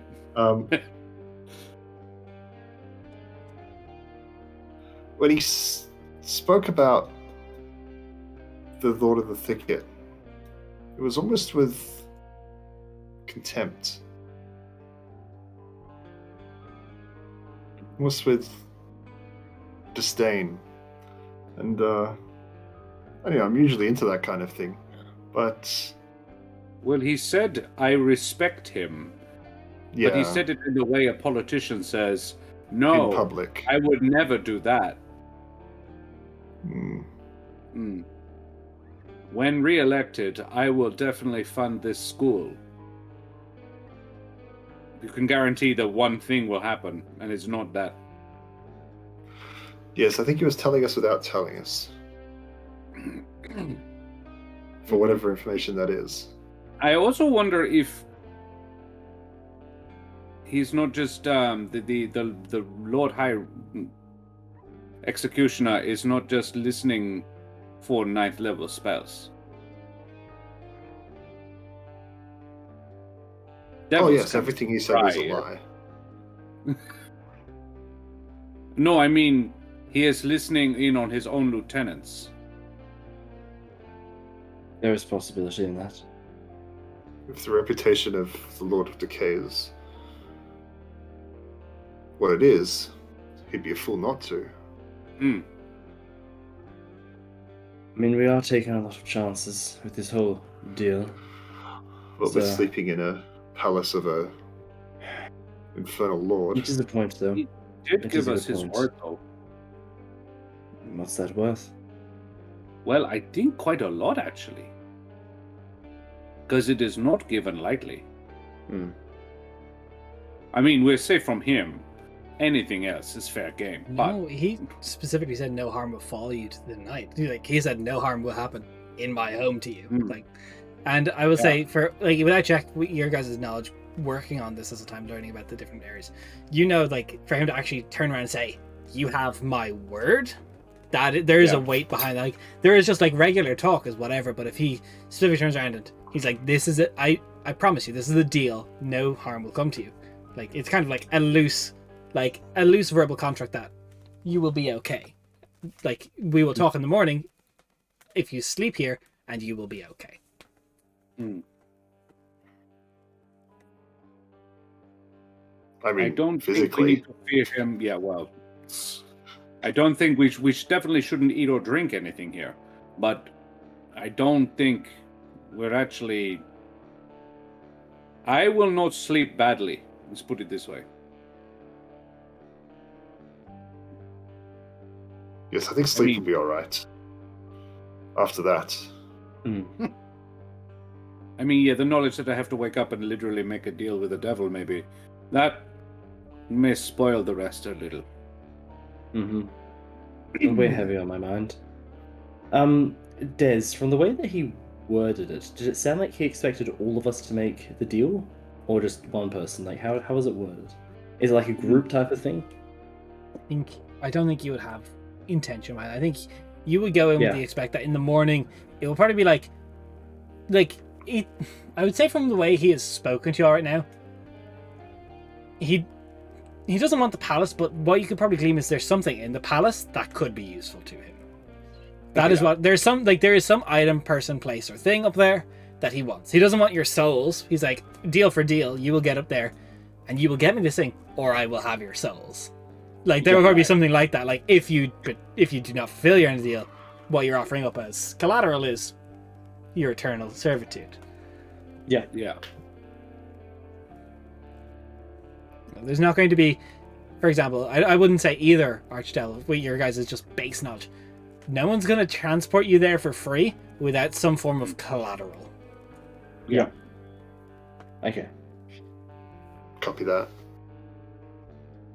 Unless you want to try and see if there's like an underbelly in Mixmaker and try and like see if there's a back way in, but like from face value, that's what you're dealing with these Archdevils. They're going to want like promise of something that you can get back for them, and if you fail on that, well, you are the collateral. Yeah. It's a big risk for him. Is we got captured and tortured and divulge any secrets. Yeah. I am not sure that it is. He is known as the schemer. And anyone else here, the devils, they know the deal. As he said, he would not wish it on his worst enemy. It is probably rough at the top. I do not think that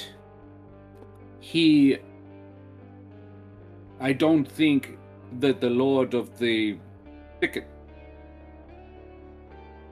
would be in any way shocked to discover that even one of his close allies was sending out a little experimental, trying to just fuck with him a little bit. I don't think that would be a break between them. He knows the deal and he would do the same, is my feeling on it. Yes, we're really in a strange land.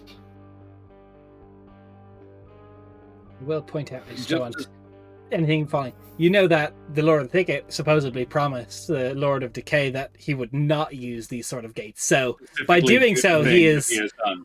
yeah. So it's like, well, now it's fair game to fuck with you. Like that is not. What I'm just saying is that's not a bad like train of thought for as you guys kind of piece together. So I don't think he is taking any risk at all. I think this is a total gain for him. Right. No, that is a good point.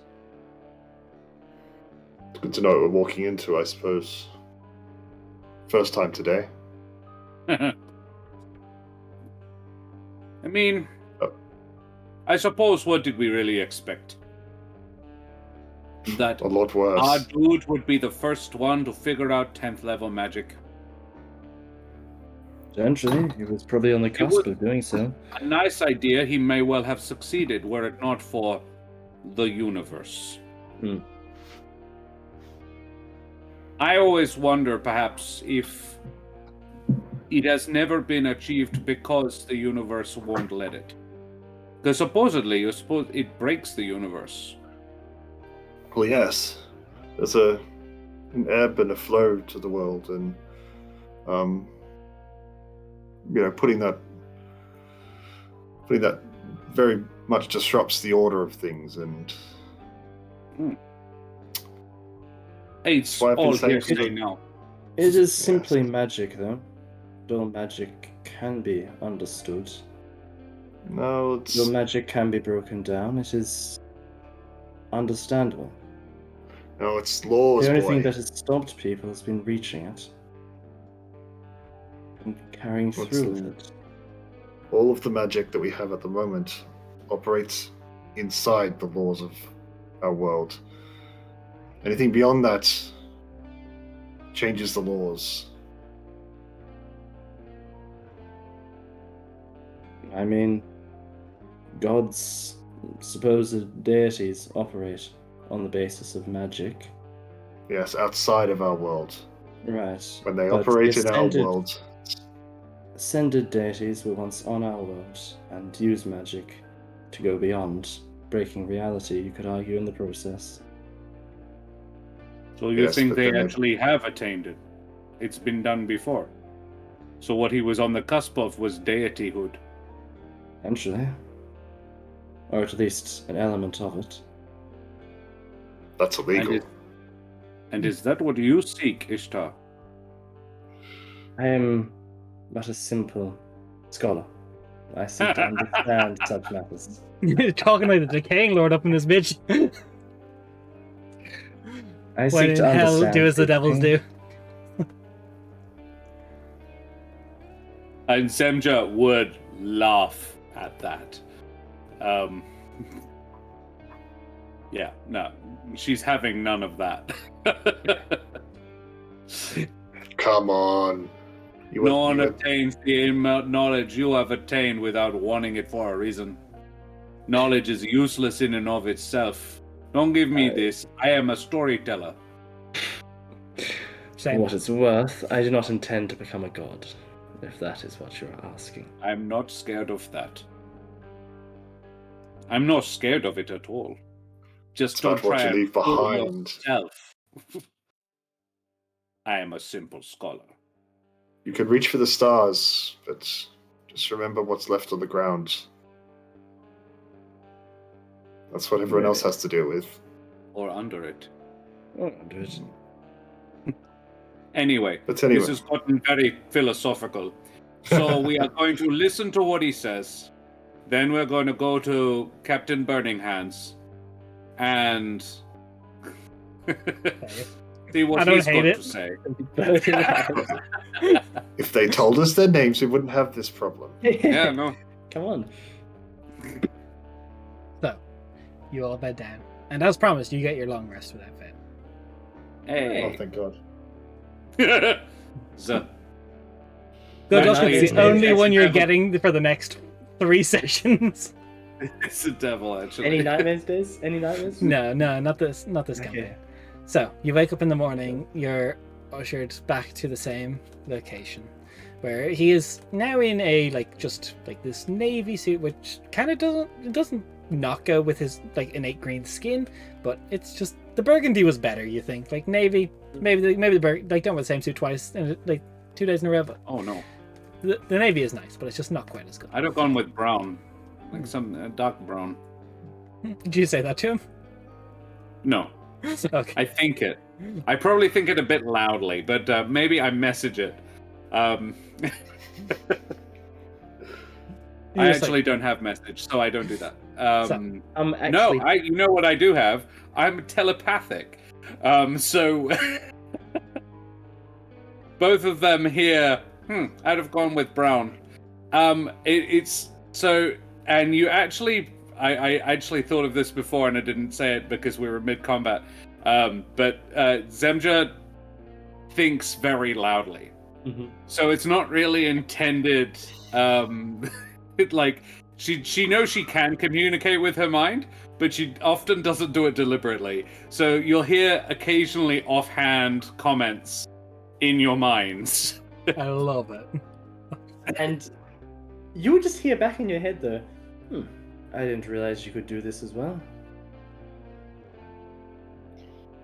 I'm not Oh, this talking is to cool. either of them, but in my mind, I'm like, his shoes don't even match his belt.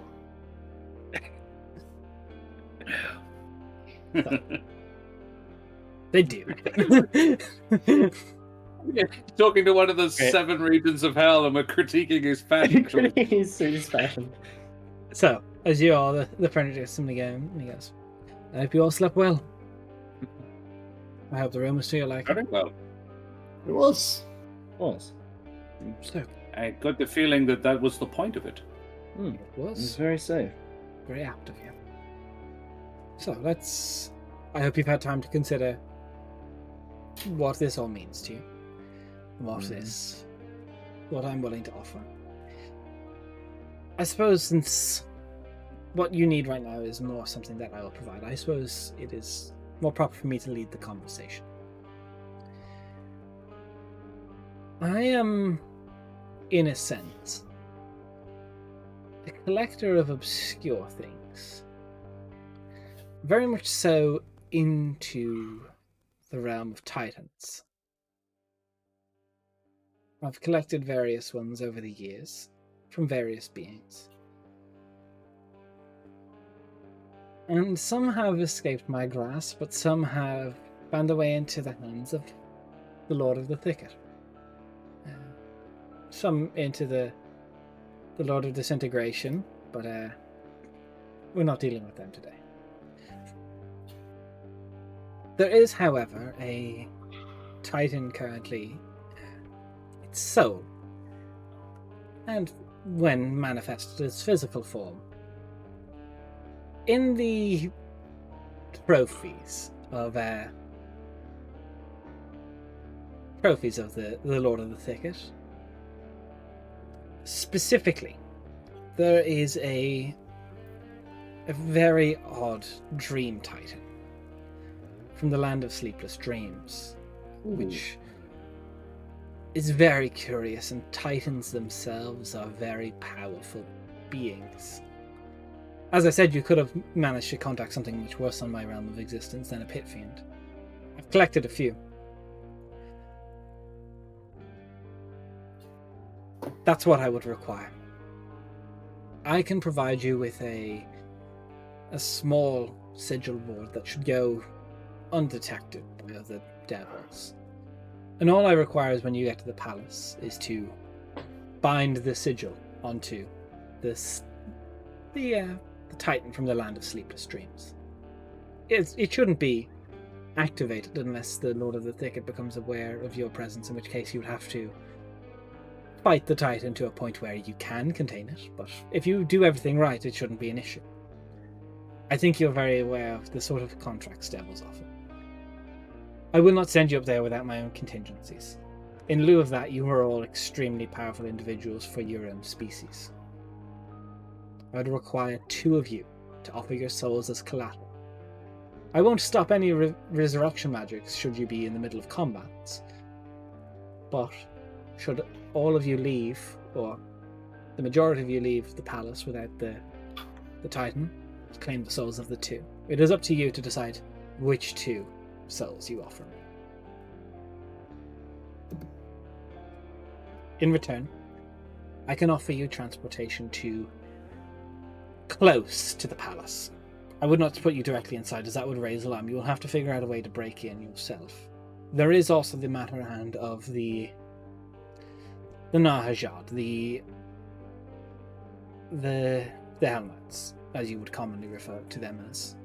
When on Dragor, the thicket itself, the vines, they will reach out to try and grasp you. Should you get pierced by them, think of the entire moon as one being. All the trees are connected and share a sense of tremor sense. You will be spotted, you will be known. I do, however, have an ally within the Nahajat. A Exarch of the highest ranking. There is 9. Named Woe. I can get... Sorry, his name? Woe. They all go by virtue names. It's what they overcame to, what they sacrificed to become a Nahajat. Now, it's strictly speaking... Woe? He sacrificed his woe. I don't know it too well. I don't know his story. I don't care for his story that much, really, but he is very useful. Oh. Now, mind you, the Nahajad, the Knights of the Black Oak, are meant to be perfectly impartial to all regions. So, Woe will not be able to stop the Nahajad from coming to you, but he can delay it. So should you get attacked by the thorns and get pierced and hit, so basically mechanically speaking, DM interruption, if you lose blood to the vines, you're basically alerted the horde. So it's kind of very much so like, do not get noticed. Not that. Yep. Anything but that. I can get Woe to delay it. Right. Cool. As you noticed, we all have means of flying. Would we be easily detected if we did so? If you fly above the canopy of the black oak, yes, you will be spotted. Right. The vines and the thorns are not limited to the ground. It's very perceptible. You brush past the trees, all the trees will feel it. The vines will come after you. You might have a better chance if you're flying. It will be careful step. There is no, and trust me, I say this with utmost frustration, there is no way to circumvent the black oak. Right. There is very small of a standing army of the Lord of the Thicket, as the black oak itself protects the entire moon. And when they cannot, it is the Nahajad, which number a few hundred to maybe a few thousand. They are strong, they are fierceful, and if you see an elk coming, it's probably too late. Right. An elk. Okay. That is, unless you can somehow commandeer an elk of the Nahajad, that is how they... The black oak is not even... It is... malicious to everything. Even the knights.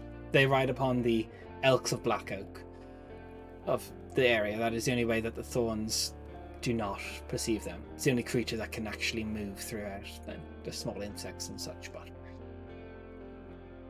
the only safe travel is through them. I can get you close to the palace within, I'd say, about less than an hour travel distance. Should be safe with the wards around it. There is obviously magic, which by the look of you, I'm sure you can figure a way to bypass magics. There's wards. I think some of you should be able to figure. That is a specialty of mine. Okay. Well, it's a good deal. I don't actually think it's a bad deal at all. We would still, of course, like to go and talk to your I expect no less. friend.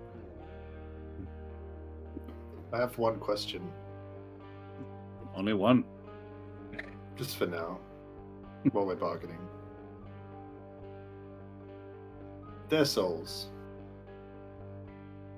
I feel like you... Do you know what mine looks like? I can see aptly into all of your souls, but Good. you're all strong enough. I am not known to be a greedy person. You all would make, and I say this is an utmost compliment. You would all make excellent higher devils. In fact, I think, Zamja, you would actually make a very, very good Knight of the Black Oak if I was to nominate one to have as a inside informant. I say it as a Noted. compliment. No. I am flattered.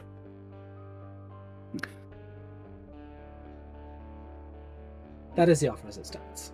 I will send you to Mixmagar, to the Burning Lord. She's very nice. What can we expect on our arrival? Being Centricity. strangers. Mixmagar is the home of arts of Asiris. It is, as I said, there's where you may have aqueducts in your area, they have lava ducts to power many steam machines. It is a home of innovation and art and invention. The Burning Lord, as I said, she is lovely, but she is a little eccentric. She's very much so concerned with crafting. If you mortals, for example, the sort of contracts she deals with on the regular would be people trying to find the magnum opus, that final inspiration for their lifelong work. You know, be immortalized in print in exchange for immortality serving in Mixmagal. It just so occurs to Sir Hawk that he is carrying the magnum opus of a saint in his pocket. Huh. Oh dear. Canonically, yeah. Canonically, yeah, I've approved it. And Okay. and we're carrying the magnum opus of a pretty powerful archmage in our bag of holding. Oh, you think it entered the bag of holding? No, it's in Ishtan's back pocket. Yeah.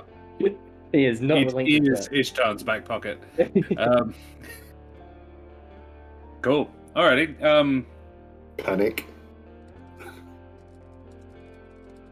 Okay. Right. This is good. Okay. Gratitude. Well then, without wanting to waste any more of your time, would you be so kind as to send us on our way? Okay. I have a. Gives a small wave of a hand, and a stairway appears to the top of the glass where it's like it's see-through. It goes up, but you go up and there's another floor that's almost like invisible. The Decaying Lord doesn't even have to do any form of verbal, somatic, or material components within their own like stronghold. They just look and a ring, a teleportation circle lights up. As all of you step through it, the heat already becomes immense as you make your way towards the land of volcanoes. That's where we're going to end the session, because I think that's a good place to leave it off.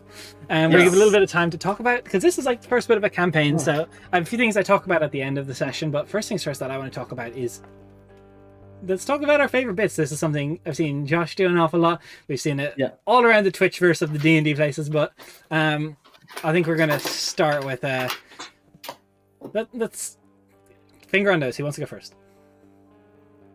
Nate, you're just the slowest tonight. So everyone, let's praise Nate first. So what is everyone's favorite Hawk moment?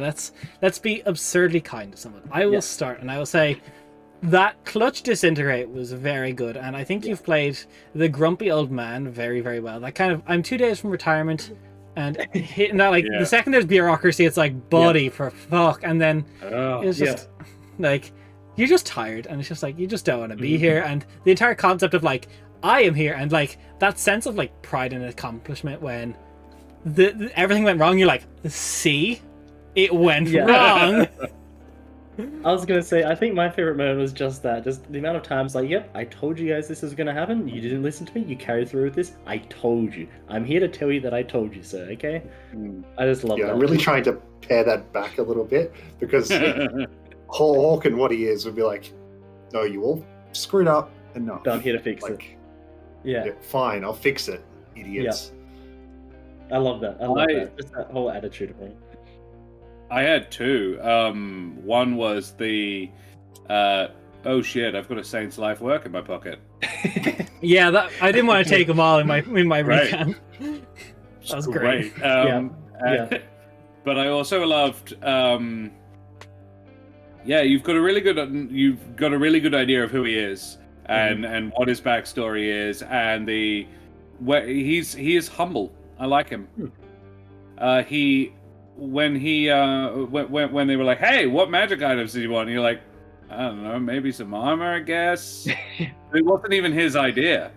It was like Zem's like, hey, do you want some fucking armor or something, squishy boy? And he just like, oh, I mean, yeah, that'd be cool. Maybe a magic weapon? I don't know. I just thought he was, I appreciate humbleness in a character, because you don't see it very often, particularly in his high-level characters. You're like, oh yeah, no, I can smite demons for days. And just seeing a guy who's like, oh, yeah, I can, I guess. Yeah, been doing this for a long time. Yeah, been doing this for a long time. It's pretty normal for me, you know. Also, I love that it's just like, by any other racist standards, like elves, it's like he's like 50, it's like it's nothing, but he's just like the weight of his life has aged him beyond what he is. It's very much so like. Yeah, I love that. Very good. Next, I just want him to be tired. I just wanted him to be so tired, and like mentally tired. Like, I told you, idiots, and it happened again. Yeah, and I'm just. Again, so I've just been trying to, like, that exasperation was something that I wanted to convey, and I'm glad that it came out. It was really, really good. You really did. Next we'll talk Josh moment, Zelmja, which was just like, I would just say, Josh, every time I have had the chance to either play with you or play like DM for you or be DM'd for by you, you're just such a pleasure in everything. Like, coming out of the accent straight away from the gate, love it. But I think just like, it was like I'll give it half and half. It was a bit bit of Hawk, bit of Zamja. When the town crier is like she's on her first day, and you're like a little bit more there, and you're just like, I'll give a party inspiration, but I won't. And it's just like the entire, just like everything be okay, and just the constant little like as he disintegrates, I'm just like like the constant little quips you have are just something that can keep it going and really like add depth to the character, and I really appreciate that. And the nat 20 at the start was good. Oh, it was a good entry, and I rolled dog shit after that. You only need one good one. Was a crit fail. Yeah. I was like, wow, why did I pull the punch? I could have gone level. I realized I was fighting a goddamn fiend. I should have been rolling more crit, more damage. An extra dice. An extra DA for the smites. Nice. That could have made a big difference. Could have, because I smote a lot. You do be smart. Yeah. But there we go. You live and learn. It's been a while since I played a paladin. My favorite Josh moment was Josh sitting on the bed, and Delver, and Ishan trying to say, no, I'm just a scholar. You're like, fuck off. I just not lie. No, you are. Yeah. Don't give me that shit. He's not a liar. He understands the paper. He's like, no. No. It's a very plain, straight-spoken person trying to lie to someone who's like, nah, I'm a storyteller. Fuck off. I know this shit. It was that embodiment of. Which I gotta say with Zem, I love how much she compliments Roy, but at the same time is so wildly different. Like, you have the humble nature of Roy, but then the kind of almost sort of cockiness that she has as well, with the attitude and being more jokey with that side of things as well. It's just a really cool balance to have. And just as Des said, the little moments where her character just comes to life, like the little quips, the little moments, it's just perfect. Thank you very much. Yeah. It's favorite self moment, Josh. Self moment. Yeah. I actually, because I picked a voice, but I didn't pick anything else. I was like, and now we find out who she is, and realizing that she's the dumb. In this, she's not stupid, but she is not an educated woman in the same way that these two are. In either life or books have taught them stuff. She's like, so we smite now? Smiting? Smite. We smite. Yeah. And like Jed said at the beginning, we're like, so can we close? I have no fucking clue. Zem and Josh mirrored each other quite well there. And yeah, I think my favorite moment was just that first bit of like, okay, looks like I'm going first, and my first action as the character is, so do I kill it then?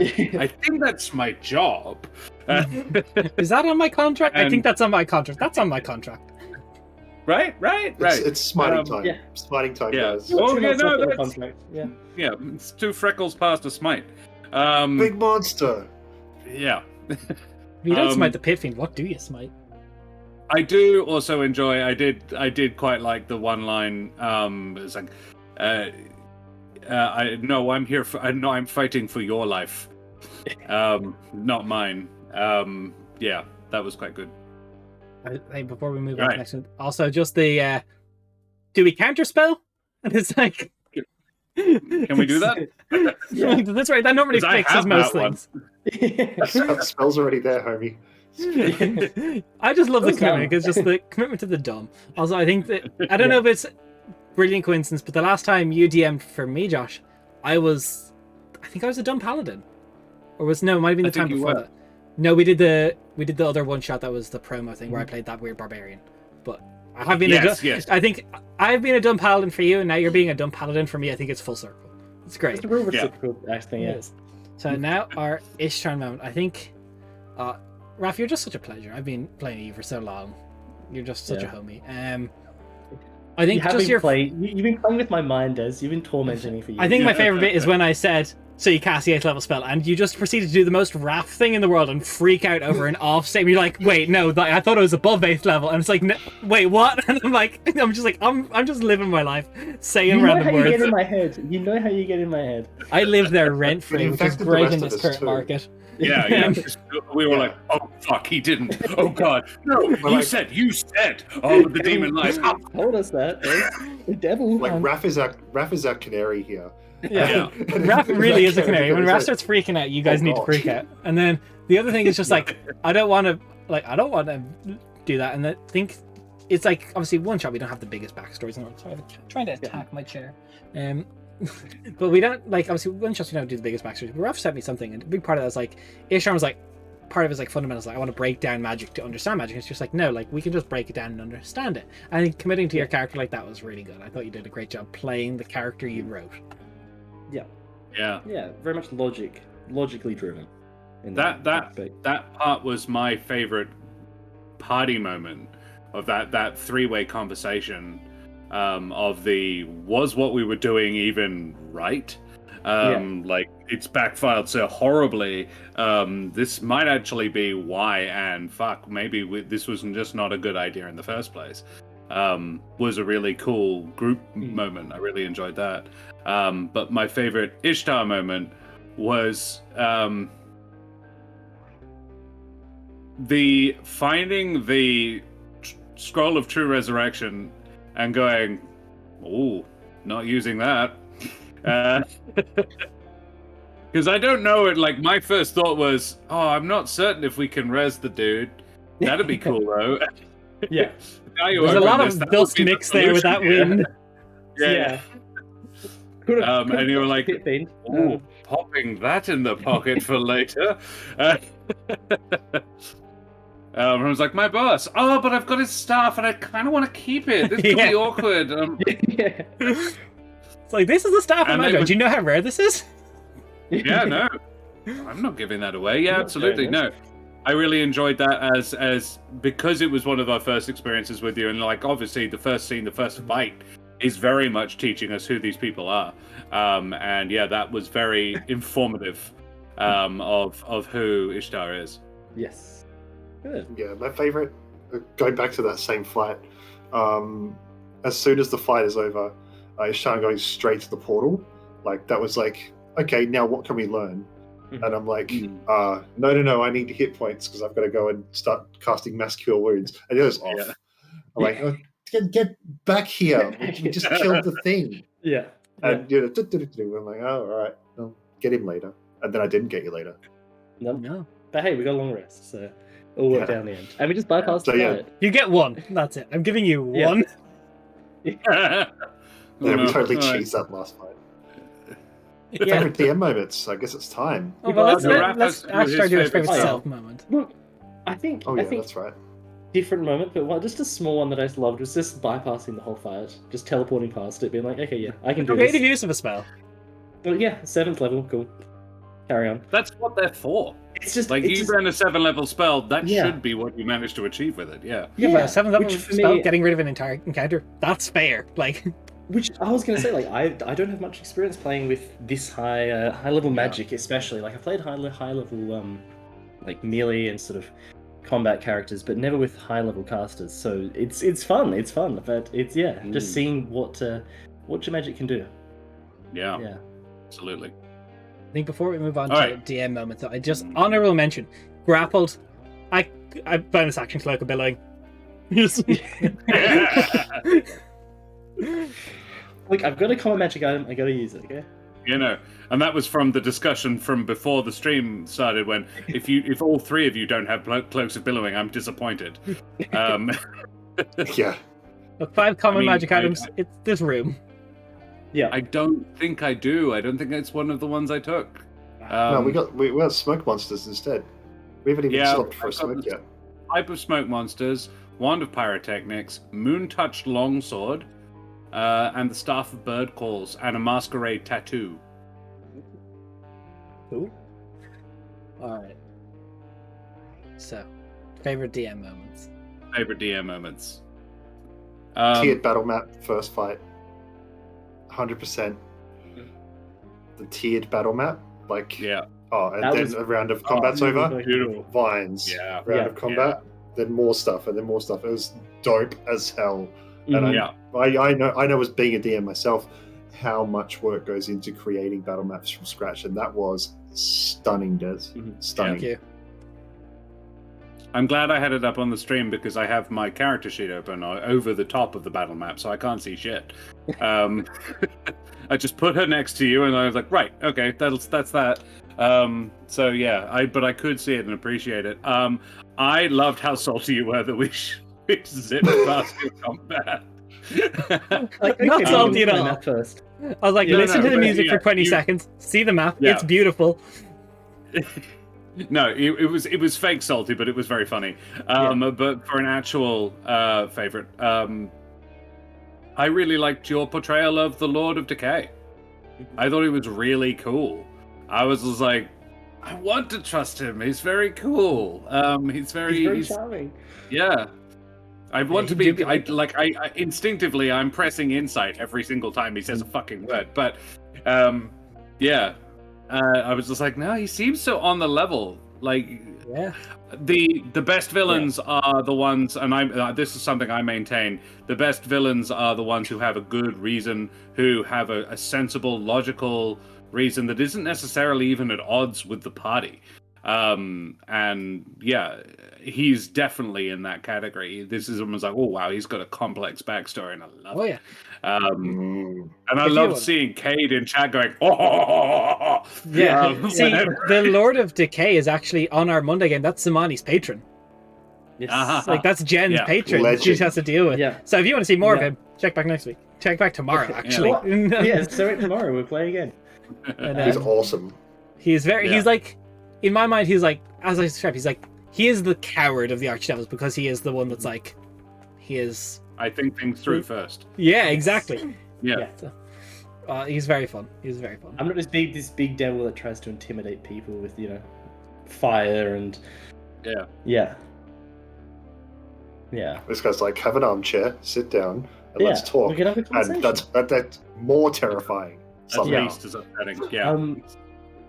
I think my favorite DM moments, definitely I think actually two of them. The first one is just the small token references that make sense to me and probably made maybe a few other people who watched from early streams, but mentioning Tarkin, pulling across Tarkin the Desiccated, which was a BBAG from our first stream campaign. Small little references like that to previous games and stuff, and to establish lore that we've come across. I don't know, that just, I don't know, I just really like that. I'm a lore gremlin, so that just tickled a little bit by my mind. I'm like, it's nice. On a similar note though, after doing world building with you and creating Mantara Thea and coming up with a lot of the stuff there, seeing you bring it to life in game was just a really satisfying experience to me after coming up with, conceptualizing a lot of it. To see it in action for the first time was just really satisfying. And especially with going into the Arcane Convocation as well, was just, I don't know, it was very satisfying for me to actually just see it actually playing out and, as a functioning, working city. So, to kind of expand that, what we're getting at is, oh, sorry, Josh, you want to say something? No. I have another as well. I just thought of another one, and it's actually probably my actual favorite DM moment, but you finish first. Okay, so just to explain what Ross getting at is, I have been working on Quenthos' setting since 2019, a little bit earlier. And the entire setting is in two halves, and I've been putting a lot of work into it.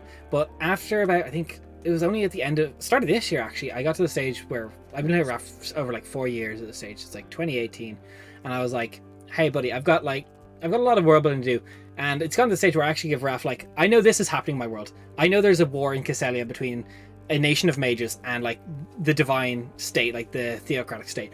Can you just flesh out a war? So that's what Raph's getting. It's I've let him just I give him beginning, middle, end. Just give me the timeline, and he fixes it up. And now he gets to see the little ideas he sent to me, and I'm I fleshed out Bring to Life, and it's really fun. Yeah, like the Arcane Convocation, seeing that fleshed out after I put an idea. It's just it's just really cool. My actual favorite moment is definitely the Eldritch Knights sitting around the bodies of their friends. Yes.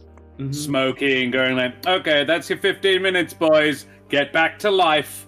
Was so good. Yeah. So you took awful. mine. It was awful, and I loved it. Mm-hmm. I just Oh, that was It's amazing. efficiency. It's like, we're not going to resurrect them yet. Yeah. Like, you know, No. let's get ready for the next They'll wave. be It's like, fired. we got a few minutes.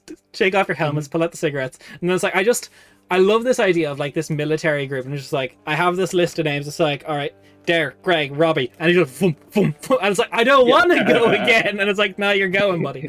And it's like, It's also just such a, I guess, realistic looking sense. Like, they've got this magic, so of course they would use it in this way. It makes sense. Yeah. And it's horrific on one level. Yeah. But it's completely logical on another. That's Mantara theory. It's like, they are efficient mages. They're not good mages. Yeah. They are efficient mages. Yeah. It was a great juxtaposition between the waves of hell that were coming through, and if they die, they just come back. And then these guys, and they die, and then there's that added stress of, oh no, don't die there, die over back there. Yeah. There was probably like 20 Eldritch Knights that went over at the start, but some of them just like they weren't in resurrection range, which is something very good too. I think since you took mine, I'll take a different favorite DM moment though. So I think one of my favorite is a lot of DMs are really, really stingy with magic items. And like, especially at higher levels for this sort of stuff, it's like, oh, is it going to break? Is it going to bounce? And I'm like, first of all, take five common magic items, take 3 uncommon, take 1 rare, take 5k gold, buy what you want, and then I get, I'm like, give me your shopping list. Tell me what you want. And just like, you get a magic item, you get a magic item. I think just being like, in such a short form campaign, like, it's so nice just to be able to go like, this is going to be 4 weeks. Take everything you want. Just let's go. Let's see what happens. And that was very, very fun. And honestly, I really enjoyed it. So that was it. This is the little bit of a shameless bit at the end where I like to talk about us as like a stream bit. Now I'm going to segue into this before we get towards the end. Is also Tangent Turner, thank you for the follow. We do this every this mini series, specifically episode 1 you've seen today. This is going to be every Sunday for the next 3 weeks, 3 more sessions. We have our Monday game, and we have a world building Wednesday. If you can follow, we really appreciate if you liked what you saw. We do this often enough, and if you can sub, even like support that way, we really appreciate it. If you've got a Prime, use it. Anything is great, only if you can. We also have a Patreon where you can get different access to different things. Like, we've referenced our world building a lot, which we do on Wednesdays. If you subscribe to either the Twitch or the Patreon for the $5 tier on the Patreon, you get access to our world anvil. All you have to do is DM me in the Discord afterwards. I'll add you to it. At higher tiers, if you like the maps I did, like the tiered maps, they go up on the Patreon as well on a Tuesday. Every map that I've done previous week, at a $10 tier, you get access to all the battle maps. If you're that type of DM, as Nate said, it does get pretty difficult to build battle maps. It is an issue like that I struggle with so much at the start, and having like a trove of them, you can just use them in your own game. Feel free. I'm updating our backlog for everything we did pre-stream as well. So use them as your own wish, like, if you like that. And then if you really want to see, like, peek into my crazy brain, at $15 a month you can gain my DM notes. So like, I will do a session report after everything, and I go through what happened. For example, in this one I will talk about what could have happened if you went to Pandemonium instead of the swamp, and I'll be like, what would have happened that way? And if you can support that way. And also, we're doing a little bit of a promotional thing on our Patreon right now. Myself and Cade, who's been very active in the chat, love you, buddy, we made a Bard subclass, which you saw the little town crier today. That is going to be free until the end of August as a little promotion. We're trying to get a bit into like character options and like a bit of game design. So if you could check it out, it's free. You don't have to pay anything for it. We are going to be releasing an awful lot more. Myself and Raph have designed something. I've got a lot of races that are going to come in, like we talked a little bit about Ivarillians and the Land of Sleep streams, and there's a lot that's going to come through. But it's going to be free up there for now, so if you like that, go check out the Discord, give us a feedback, and let us know what you thought. That's be cool. And we're also we've got some lovely guests today, so Josh, do you want to tell us who you are one last time before we end tonight? Oh, certainly. Madame and Monsieur, Dharma under Heron beings of indeterminate gender and persuasion, I be Josh the Pirate. And you can find me on my channel, Corsairs Cove, twitch.tv/Corsairs Cove, where I run D&D. I have a similarly complex Humblewood world that I've been running almost as long as Des has been running Quinthus. It's coming on to 70 sessions now. In fact, I think we just had the 70th. Humblewood will be coming back Monday night. Yes, we also do a few other things. I am basically going to have to homebrew a whole new system to play BattleTech in, because one does not exist that is approachable and good at running BattleTech games, and I really want to run a game in that universe. And Wednesday, I'm not sure we've got anything planned this week, but Karen and I will be back on Thursday night for a 1v1 campaign of some sort. We're not sure. It might be Beryl. We might be trying something new. Who knows? That's the fun.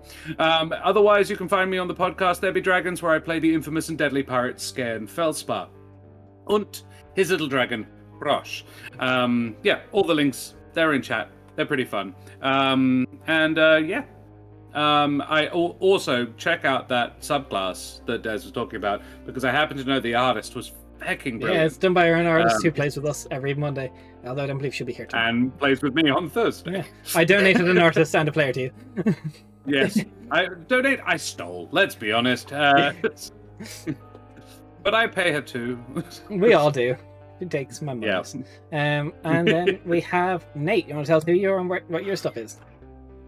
When I'm not living my best COVID ISO life, I'm Nate. I'm the co-founder of Forge Gaming Accessories, based right here in Perth, Western Australia. We make tabletop gaming accessories like this dice tray, like Josh's Dice Keeper, like Dez's Adventurer's Chest, the Spell Tracker, that one.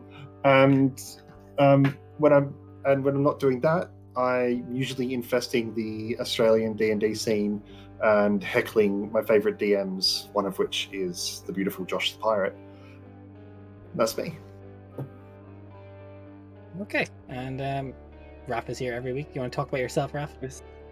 Yes. Tune into Eldritch Scribe every Sunday, Monday, and Wednesday. I'll be there for every day, along with Des. Yeah. Yeah. Thanks, everyone. As I said, check out that subclass. Gonna put the link in there one more time.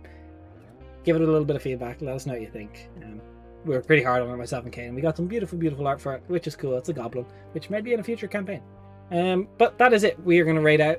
It was, if you stick around, I think, who is on the line? Who is on the line is a great question. I believe Dead Aussie Gamer still online. We're going to go over right over there, give them all the love, say hello, and we will see you tomorrow, Wednesday. And all four of us will be back here on Sunday. Bye.